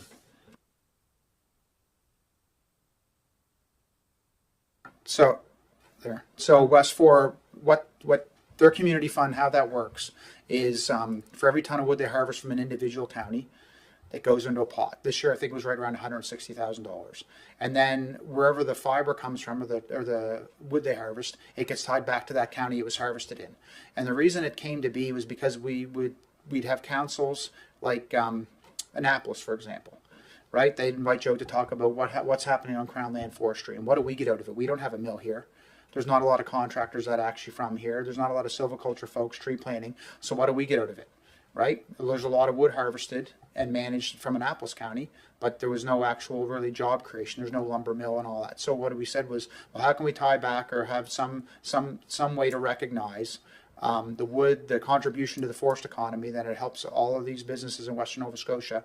So what we decided to do was, well, if there's 17,000 tons of wood harvested off Crown Land in Annapolis County, then $17,000 gets allocated from the pot that groups from Annapolis can then apply to for spending. So it's the same idea here, and it's over and above the West Forest. So it's for Queens County based on the wood we would harvest from the region's lands.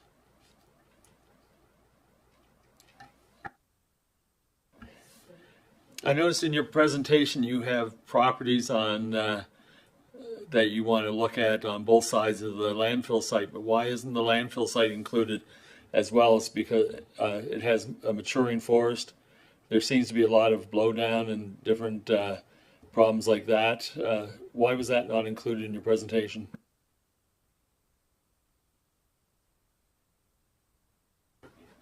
I got the ums here. Connor O'Brien, one of the folks we were putting sort of would lead us around the property and stuff, we sort of just stayed away from that at the beginning. He does recognize, though, as we went through the different properties we looked at, we just talked about the first 3 years. That can change. Just to give you guys, or you folks, examples of what it could potentially look like and where we could do some work. But he does recognize that there's part of that property, one that's very young because Bowater harvested it a number of years ago when they were still operating, that needs a young thinning. All right, and then there's also, as you said, Stuart, there is some areas that's starting to get some significant blowdown, and a lot of the hemlock, I suspect, although we didn't test it, probably is hemlock woolly algae, because a lot of the forest right around that, both on Crown and private that we work with, it is infested already. So we can change that up. We just didn't. It wasn't before we got down and looked at every acre. We just wanted to sort of give an example of what the first 3 or 4 years, and that very well could be one of the properties we looked at.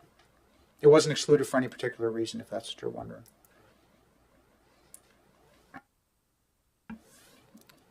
One last question. I'll be easy on you.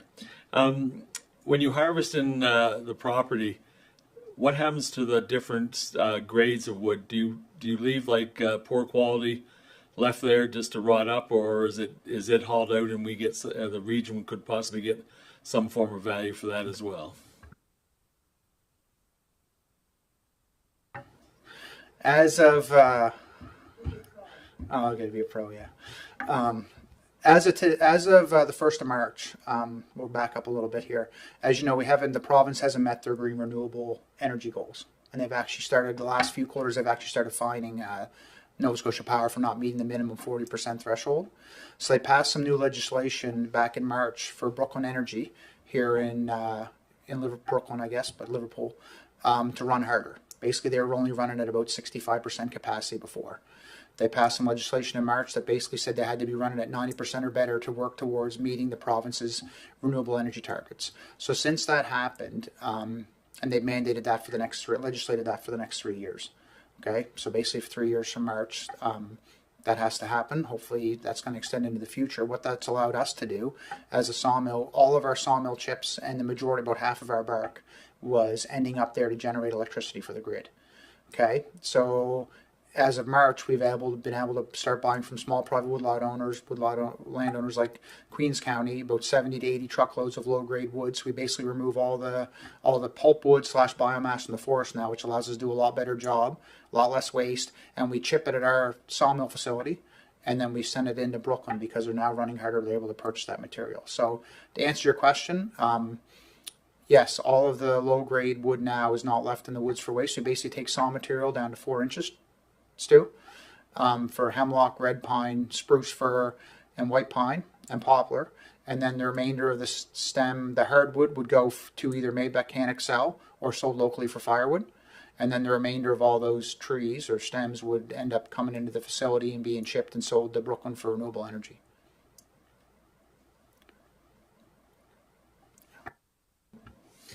This is my last question.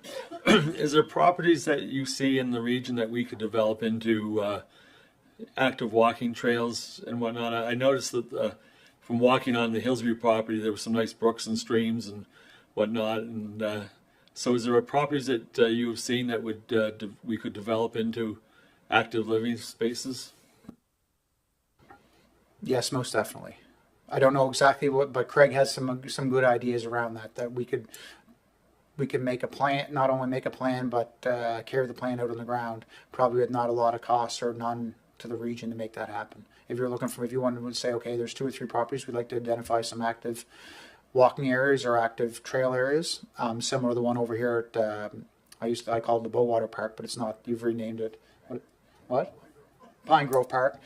Similar to that, yes, I think there's all kinds of opportunities. So that opportunity would be taken into account when the planning for logging and was taken or done. Yes. So yeah, so you're not the only landowner that we do it on. We do it on our own property as well. There's lots of areas that we have some folks from the community in Greenfield that hunt, fish, etc., and we definitely manage around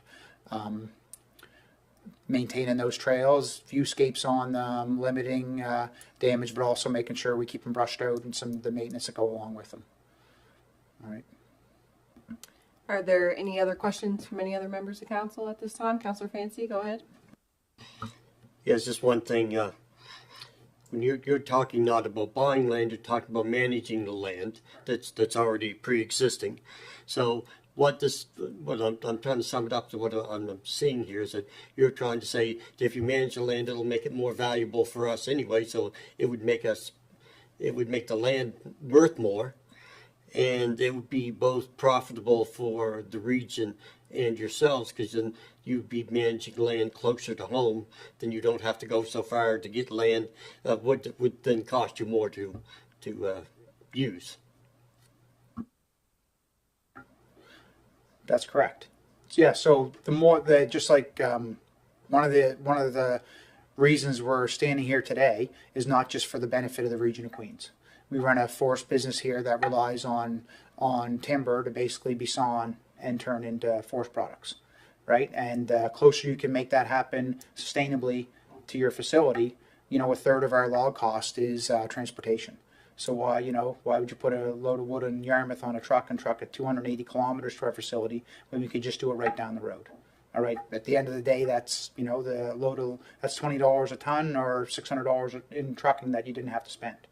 All right. So yes, to answer that question, it does help us make us more sustainable and more profitable. But we're only interested in that, not in the short term, but in the long term.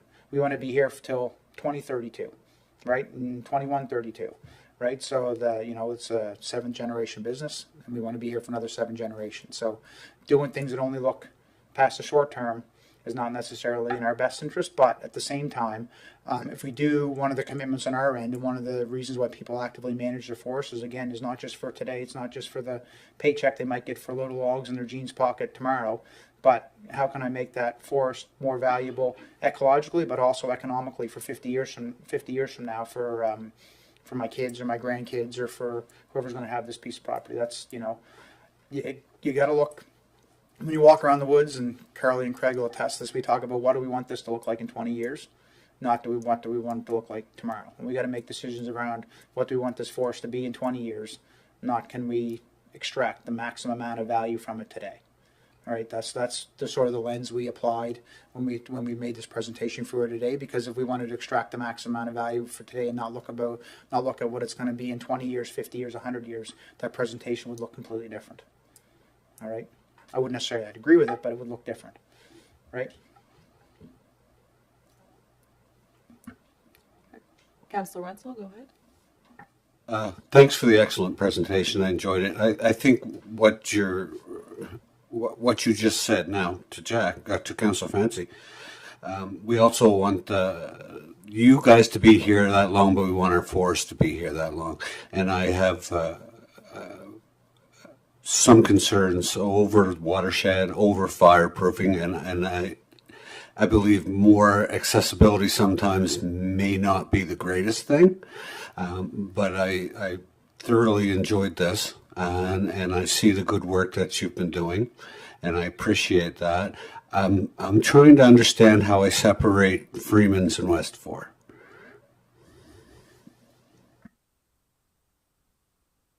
You want me to elaborate on that, or is that a question? I can, like, no. If you could help me out. Yeah.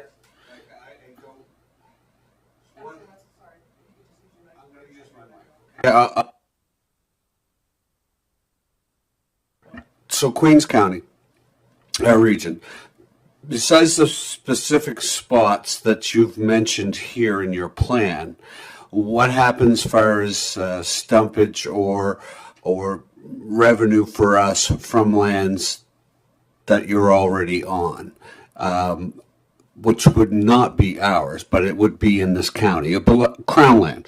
For instance, all up Lake Rosignol, Tobiatic area, all in behind Hibernia, places along the number 8, back 4 mile, all kinds of places you've been harvesting. We don't own that land, but it is in this county. Is that Freeman's or is that West 4? So, like you've mentioned, a lot of Crown areas. Probably well over half of the fiber that's harvested in Queens County comes from private woodlot owners. Okay, so the forest activity you see in Queens County, if you were to go back 15 years when Bowater owned majority of it, it would have been Bowater, and that stumpage or that timber value would have came to Bowater. Today, it's about half and half, some years 60-40. If you're a private woodlot owner, we harvest your trees. None of that revenue comes to the County of Queens. It goes to the landowner that pays taxes on it. Okay? On the land the Crown owns, so the provincial government, all right, when we harvest those trees, we pay them stumpage, okay, through the licensee, which is West 4.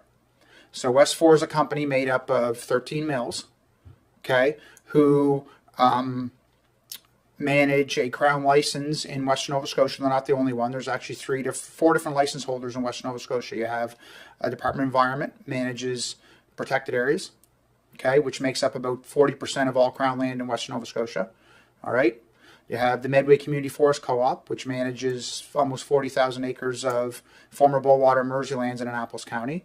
And you have the Mi'kmaq Forestry Initiative, which manages about the same area, but in 2 different forests. Half of it is in the Bear River, former Irving lands, and the other half is in St. Croix, just outside of Windsor, in former Bowater lands. They have 2 different Crown land licenses. Okay. Then you have West 4, who manages basically the other 40% that isn't one of those other organizations. But they plan, that organization plans, submits, does all the things that any other Crown land licensee would, and then harvests about half of the fiber that they identify. The other half is then allocated to mills to harvest. And when we harvest it under Freeman Lumber, which would be under West 4, we have to remit stumpage that's basically identified based on their annual stumpage survey of private land forest transactions. So the province every year goes out and hires, it's a different accounting firm, it's up for tender either way, Deloitte, for example, or Grant Thornton, one of them goes out and basically goes around to everybody who harvests timber on private land and says, what did you pay for it? All right, so if you harvested pine saw logs, spruce saw logs, pulpwood, whatever that might be, and they aggregate all those different stumpage transactions, that's what they call them, harvest transactions, and they say this is what the value of those standing trees on private land in Nova Scotia were last year. Okay? So, for example, I think they did 40,000 private land stumpage transactions last year.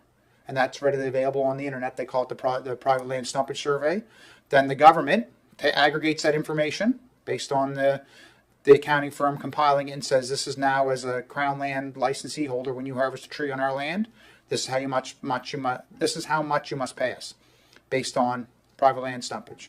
So if the price of stumpage on private land goes up, the rates at which West 4 or any other Crown land licensee in the province must pay, because it's not just Western. It's, you have those licensees I talked about earlier. Then there's GNT, Irving, Ledwidge, Port Oxford Paper. All these other mills also have licenses in the rest of the province. So that's how they call it the stumpage survey. That's how the rates that we have to pay as users of that fiber. On top of that, what also happens is we are then responsible also to do silviculture on Crown land. So for every ton of wood we harvest or receive at our gates at the mill, we don't necessarily cut it, but every one we pay for, we then have to give the government $3.50 towards silviculture and reforestation efforts. That then they use that money to pay to do silviculture on Crown land. So basically, in a truckload, every truckload of wood, it's $120. It's basically what you're giving the government over and above the price of the fiber. You're giving that for them to go spend on their land to do silviculture. Whether, again, that could be a whole host of different things. It could be thinning, could be planting, could be early competition control, could be commercial thinning, could be all kinds of different things they use that. Thank you. Are there any other members of council? Councillor Carver, go ahead. Right. Thank you.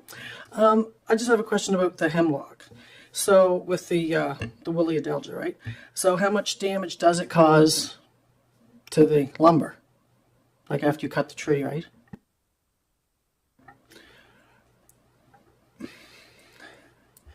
No one likes this answer, but I'm going to use it anyway. It depends. And the reason I say that is because it depends on how soon you capture. It gets to a point in time where what happens first, it defoliates the tree. Okay, so the needles fall off. So if most of the folks are used to walking through Kedge, you're walking under a hemlock forest and it's nice and shaded and cool. 2 or 3 years into it being infested by hemlock woolly adelgid, the sun's coming right down through it. It's no longer nice and cool because there's no needles left in the tree. Right? So what happens then, because you don't have any needles, no way to do photosynthesis, the tree dies. Plain and simple. And we all know what happens when a tree dies. It starts to rot from inside the bark in. So we've worked in a lot of hemlock woolly adelgid infested stands. Predominantly, it started about 5 years ago for us down in Shelburne. And it's working its way up. But within 2 to 3 years, probably about half the trees are only able to be used for biomass because they basically start to rot. The bark holds the moisture in once they die, and they basically start to rot. So on our own property, we did a thinning last year of a hemlock woolly adelgid infested stand, and about half we left all the pine and all the spruce and only removed the dead hemlock, and about half of them were just straight biomass. The lumber wasn't able to be used because it already started to deteriorate.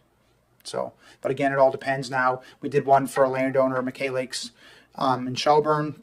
We got into the forest stand, did a similar treatment, removed only the dead hemlock, left all the hardwood, all the spruce, and that we got it within the first year of being infested. It was probably 85% of it was still good enough for lumber. All right, but the longer you go, just like anything else, once something dies, and it's not long deteriorating. Thank you. Before I recognize Councillor Jenkins, is there a member that hasn't spoke that would like to? Councillor Jenkins, you go ahead. Just one question. How many tons of fiber do you expect to cut off of the region's properties if there's an agreement reached? A year?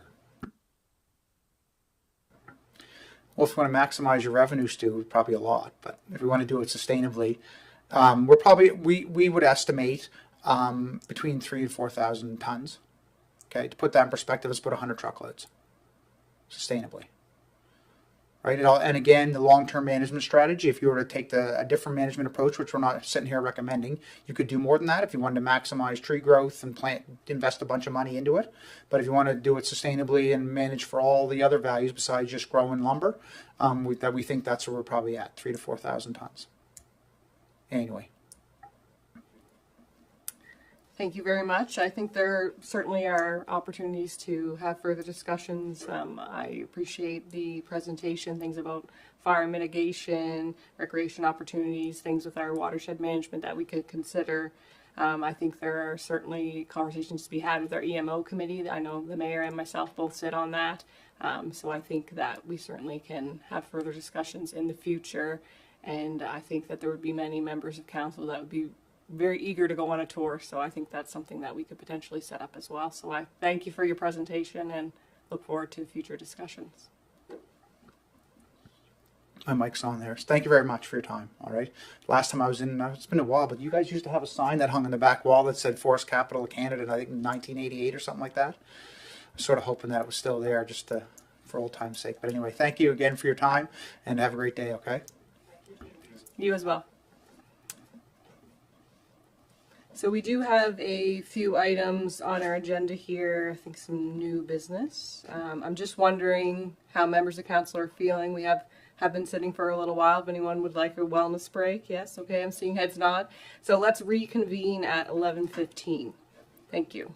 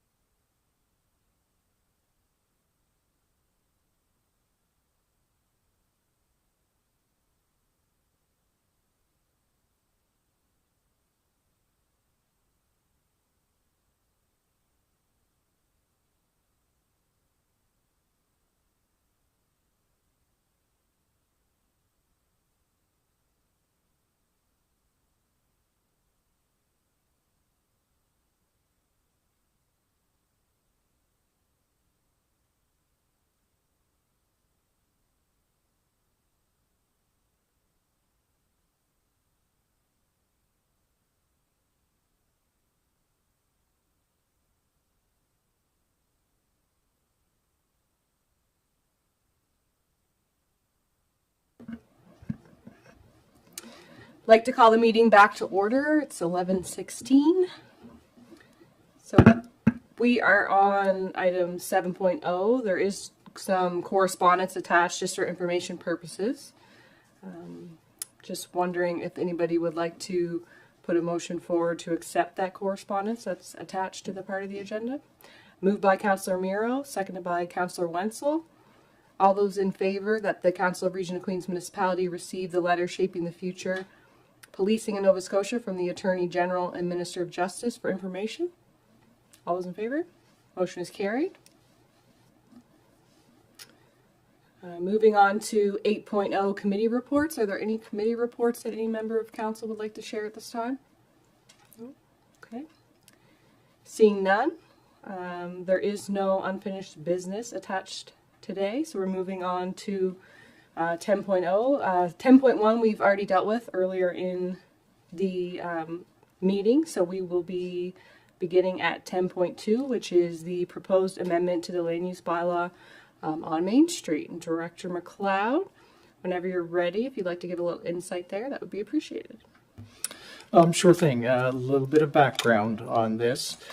The municipality has received a request to make amendments to both its municipal planning strategy and its land use bylaw, seeking to allow new residential, multi-unit residential development as a primary or sole use within the downtown commercial zone, which is essentially the core area of Liverpool.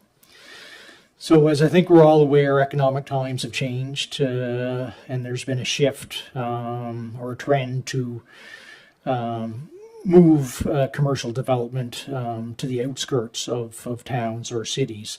And this certainly holds true for the region of Queens as well. So I guess with this shift and the change in times, main streets are seeing an increased amount of vacant commercial space within their downtown commercial core areas.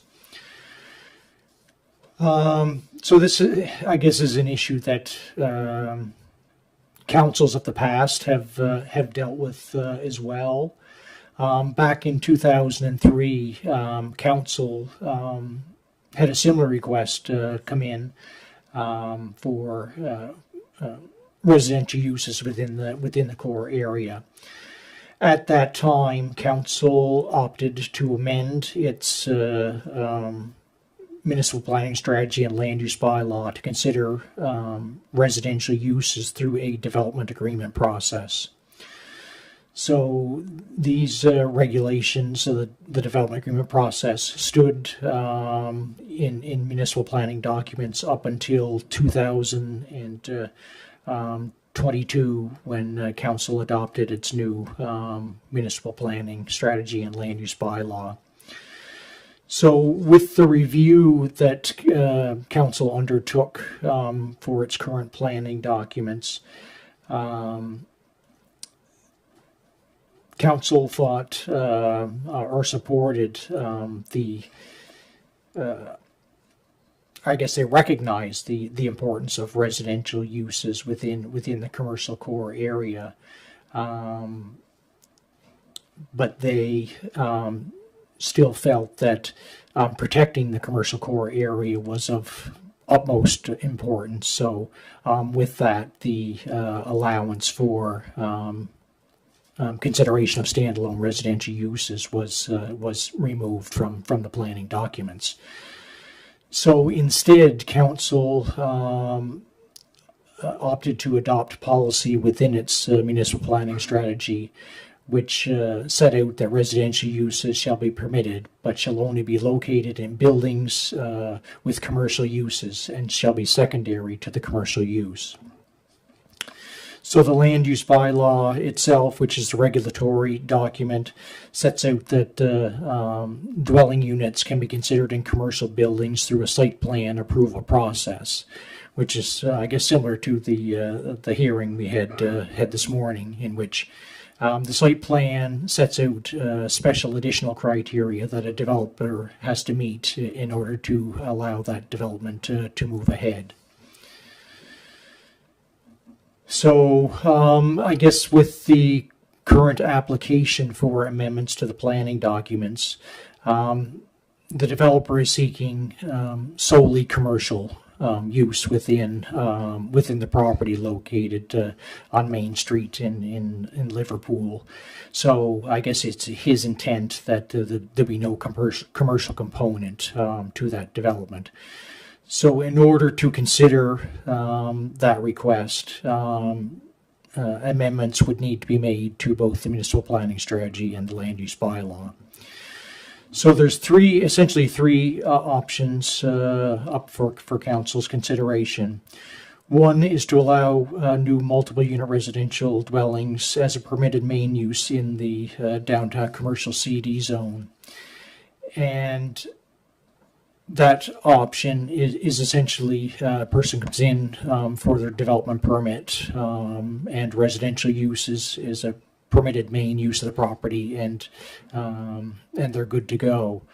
The second option is to allow for the multiple unit residential dwellings by way of a development agreement process, similar to what council did back in 2003, whereby the municipal planning strategy set out some special requirements that would be taken into consideration for that development agreement, such as on-site parking and that sort of thing. And the third option for council's consideration would be to maintain status quo and essentially deny the application. So the Planning Advisory Committee on May 5th had its first review of the application, at which time there was considerable discussion on what these amendments would mean. There was a general feeling that there is benefit from incorporating residential development within the commercial core areas. However, there's also concern of what that means for the commercial core area when you're taking away that commercial space for future viability of the commercial area. So at the May 5th meeting, Planning Advisory Committee requested some additional information as to what potential amendments would look like. So they didn't feel at that time they were comfortable with making a recommendation. So they scheduled an additional special meeting that was held on May the 15th, whereby staff brought back some potential draft amendments to the planning documents for committee consideration.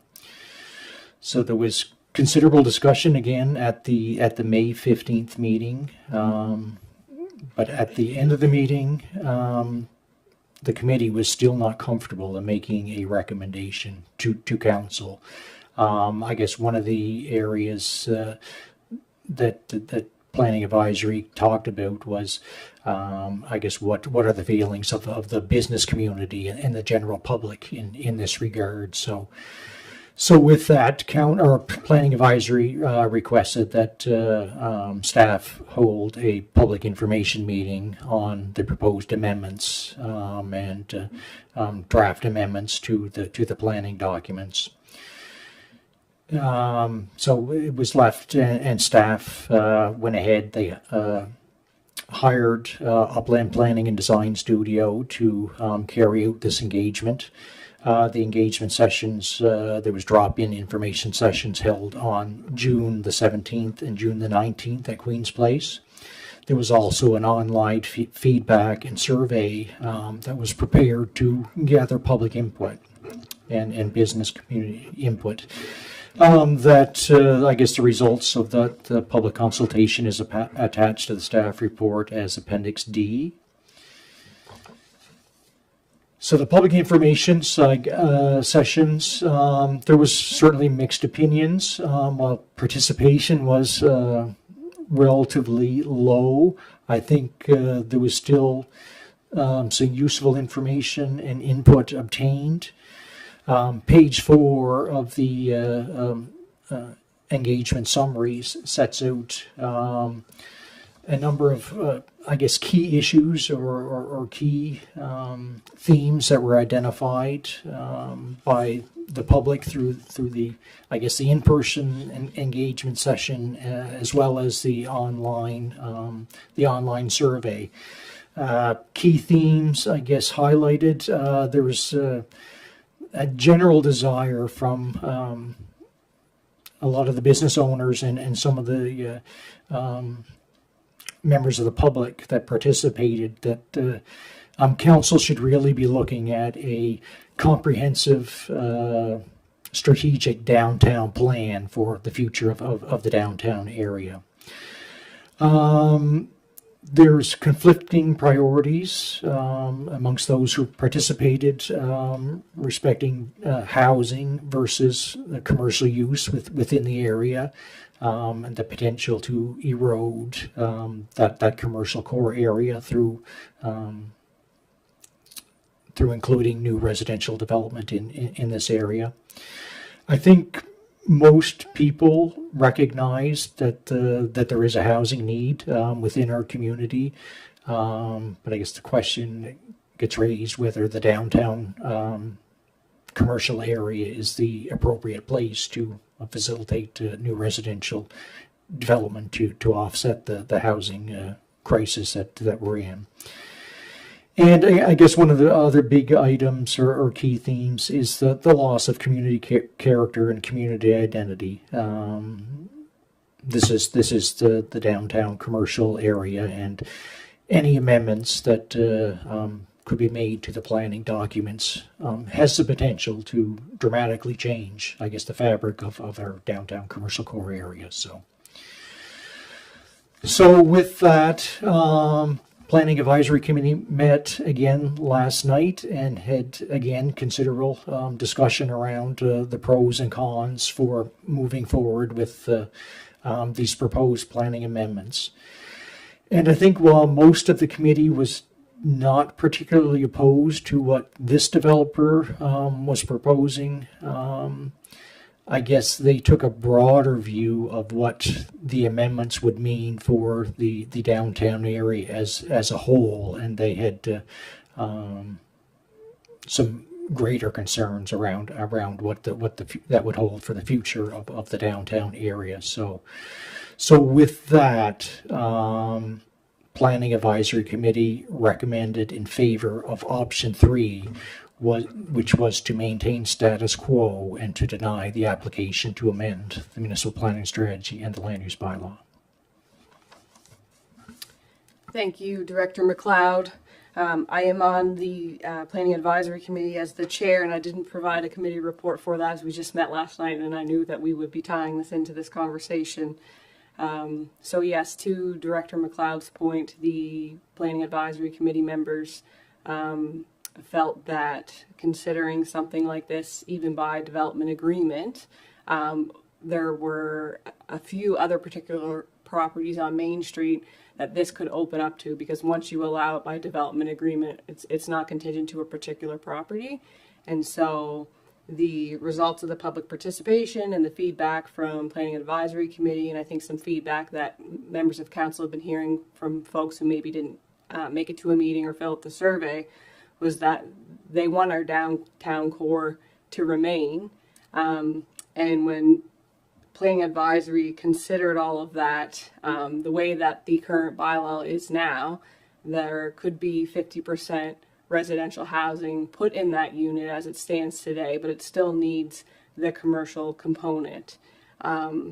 Just a few other things to note about I think there are residents, like members of council, who want a downtown plan. I think we need to consider investing in that particular area to revitalize, which would support our small business owners, because if you take a look at that Main Street core, that's where predominantly most of them are.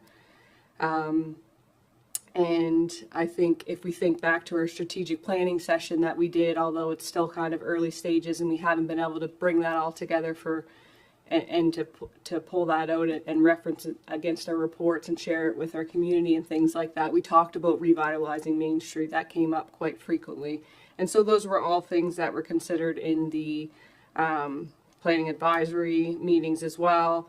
The public participation, I think if you look at your package, there's some very common themes with concerns from members of council or concerns from PAC members or residents and so on. PAC has made a recommendation to maintain status quo. Council has a prerogative to make whatever recommendation they see fit. And with that, I will open it up to members of council. If anyone has any questions to Director McLeod, myself, or is someone is wanting to put a motion forward, please feel free. Would there anyone who would like to speak on this? Yes. Councillor Runsell, go ahead. I see fully against 30%, fully support of 30%. So it's a tough choice, I guess, but not a lot of people were participated. So your recommendation is to make no changes. So a couple questions with that. So they're going forward at the old Stedman building right now. What happens? Does that come full stop now? Like, are we denying? Is that...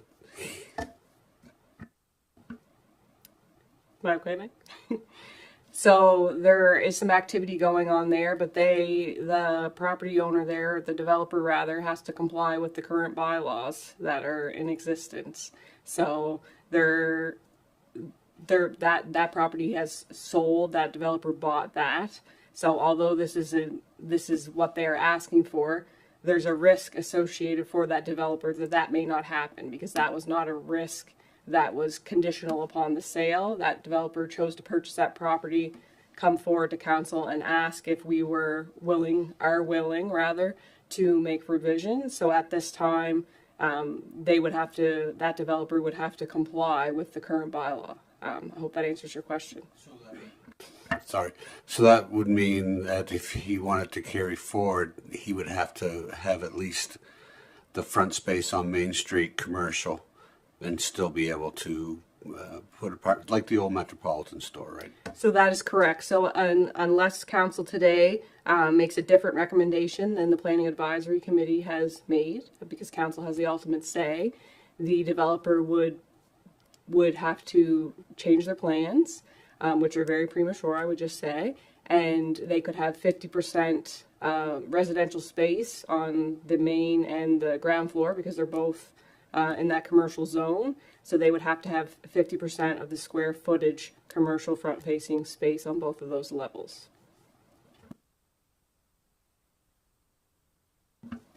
Are there any other questions from members of council? I'm so used to turning my mic off as soon as I'm done speaking. Councillor Vancy, go ahead.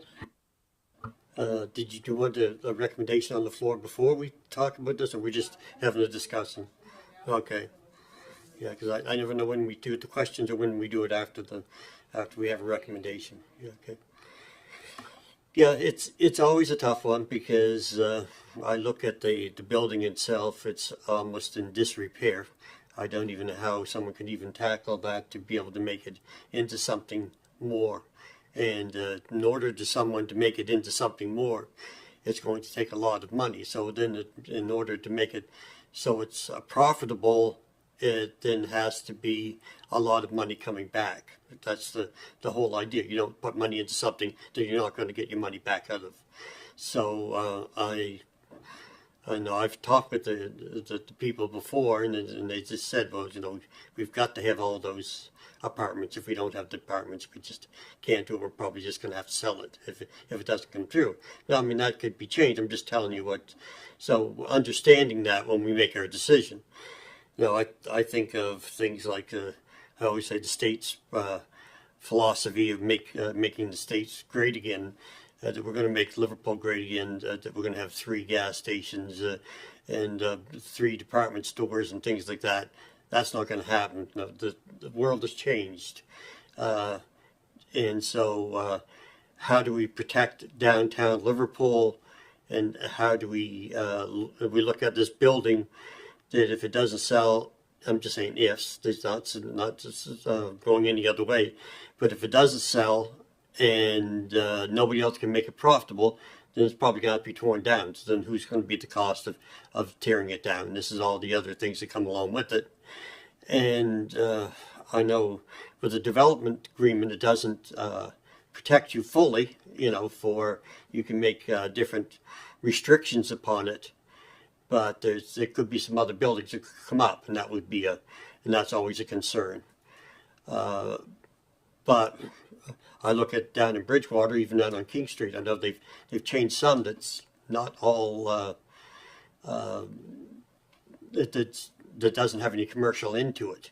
So things are changing, not just here in Liverpool. They're changing everywhere. So how do we say that we're happy with going forward with this, or we're not so much happy, but that this is the direction we're going to go? Councillor Fancy, sorry, I'm just wondering if you have any particular question to Director McLeod about any questions specifically. If not, I would look for a motion to be put on the floor because Then I go. feel like we're That's heading what I was towards a trying to- debate. Yeah. So if you have any questions, please certainly ask them. Otherwise, I am going to look forward to see if there's a member of council who is prepared to put a motion forward. Okay. I'll just wait. Councillor Mira, go ahead. I do have a question for Councilor McLeod. I don't see anywhere here a proposed site or anything for waste, for storage of waste. Do you know of any?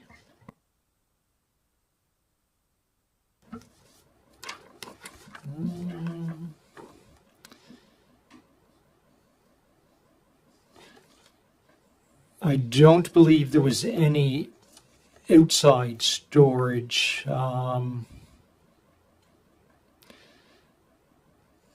That I saw within there.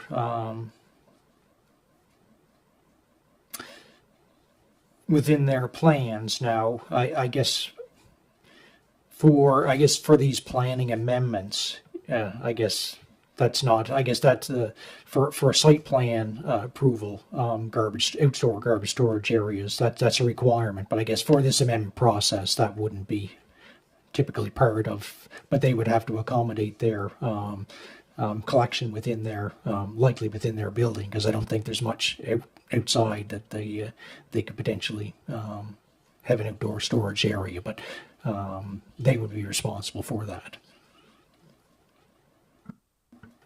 Yeah, I was just curious because I have seen where they have storage units and they have parking, but no other plans for anything else. So just wondering. Are there any other questions to Director McLeod or any motions that a member of council is willing to put forward at this time? So we do have 3 possible motions here as a part of your package. The first one is to allow residential dwellings as a permitted use in the downtown commercial core.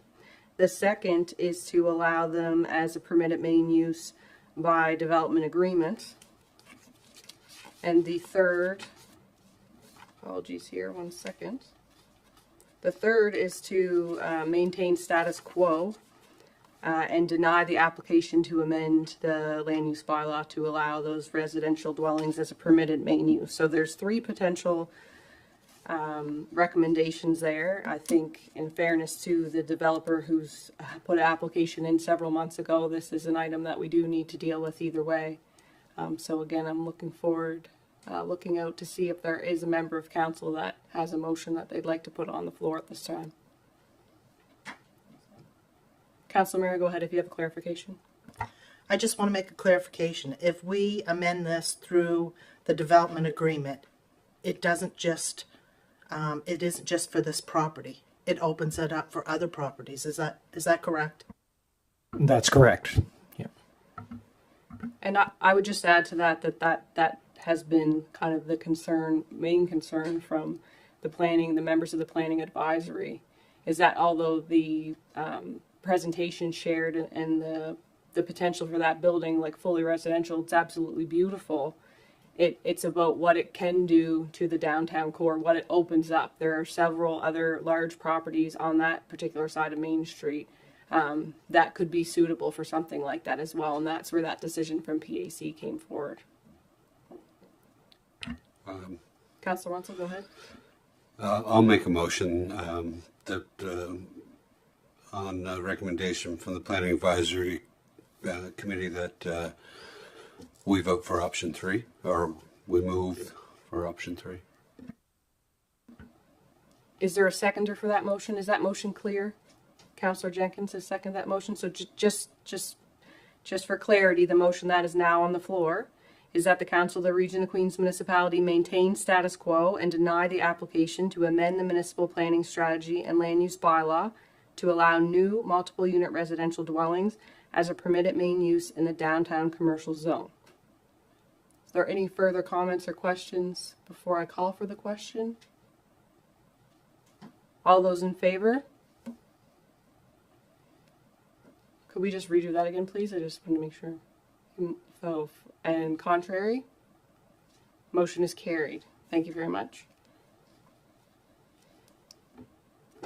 So moving on to, so that item was not 10.2, that was actually 10.1. So we're moving on to the server room air conditioning, which would actually be 10.2.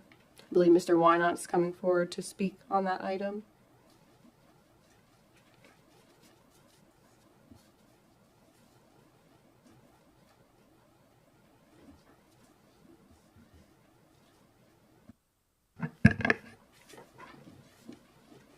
Thank you, Deputy Mayor. First, I'd like to draw your attention to the recommendation. And as there's an error there, it should read, the Council of the Region of Queens Municipality approved the expenditure of $4,700 plus HST for the replacement of a server room air conditioning unit, including electrical upgrades from 120 to 220 volts, to be funded from the municipality's accumulated surplus. And a little background on this, the current air conditioning unit in the server room is inadequate. It's not working as it should, and therefore not cooling in the room. It's important that our servers do not overheat and end up failing, costing us more money. Again, so back to the recommendation. This is a non-budgeted item, and the ask is for $4,700 plus HST to replace the unit. Any questions for Mr. Wynant? Councillor Jenkins, go ahead. The one question I just wanted to make sure is that the $4,700, does that include the electrical work as well? That's correct.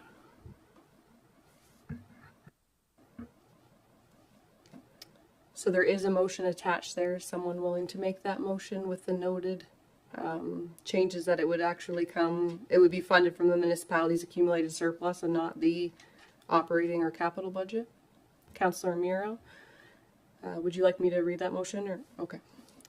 So that the Council of Region of Queens Municipality approve the expenditure of $4,700 plus HST for the replacement of the server room air conditioning unit, including electrical upgrades from 120 volt to 220 volt, to be funded from the municipality's accumulated surplus. So that's been moved by Councillor Miro. Is there a seconder for that motion? Councillor Jenkins. Are there any further questions or comments? Okay, with that, I'll call for the question. All those in favor? Contrary, there are none. Motion is carried. Thank you, Mr. Wynant. So our last item under new business would be the Provincial Volunteer Awards. Heather Cook is coming forward to speak on that.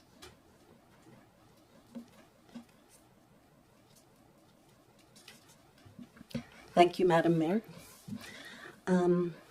Yes, so each year since the 70s, so over 50 years, the province has organized the Provincial Volunteer Awards, which recognizes volunteers from across the province.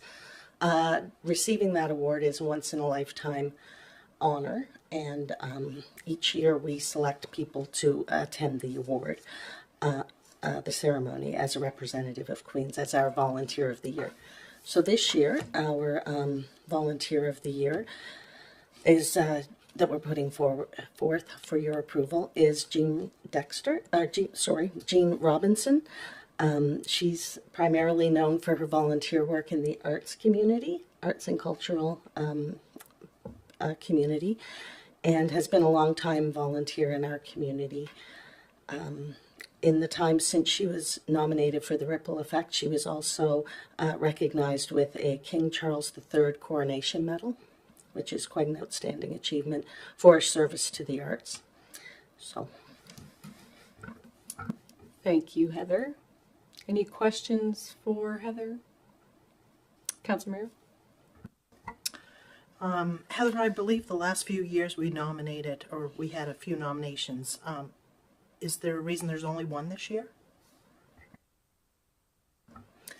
yes, at the time of the deadline, we had only had one through the ripple effect.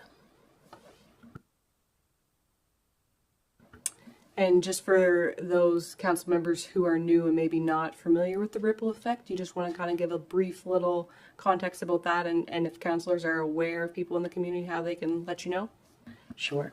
The Ripple Effect is a local initiative that the region of Queens organizes. It enables anyone from the community, councillors, residents, anyone, to nominate volunteers for recognition for the wonderful work they do. We don't have, it's not a narrow period of time. You can nominate all year long, but for the purposes of the Volunteer of the Year for the provincial awards, we have to have a period that we have a cutoff.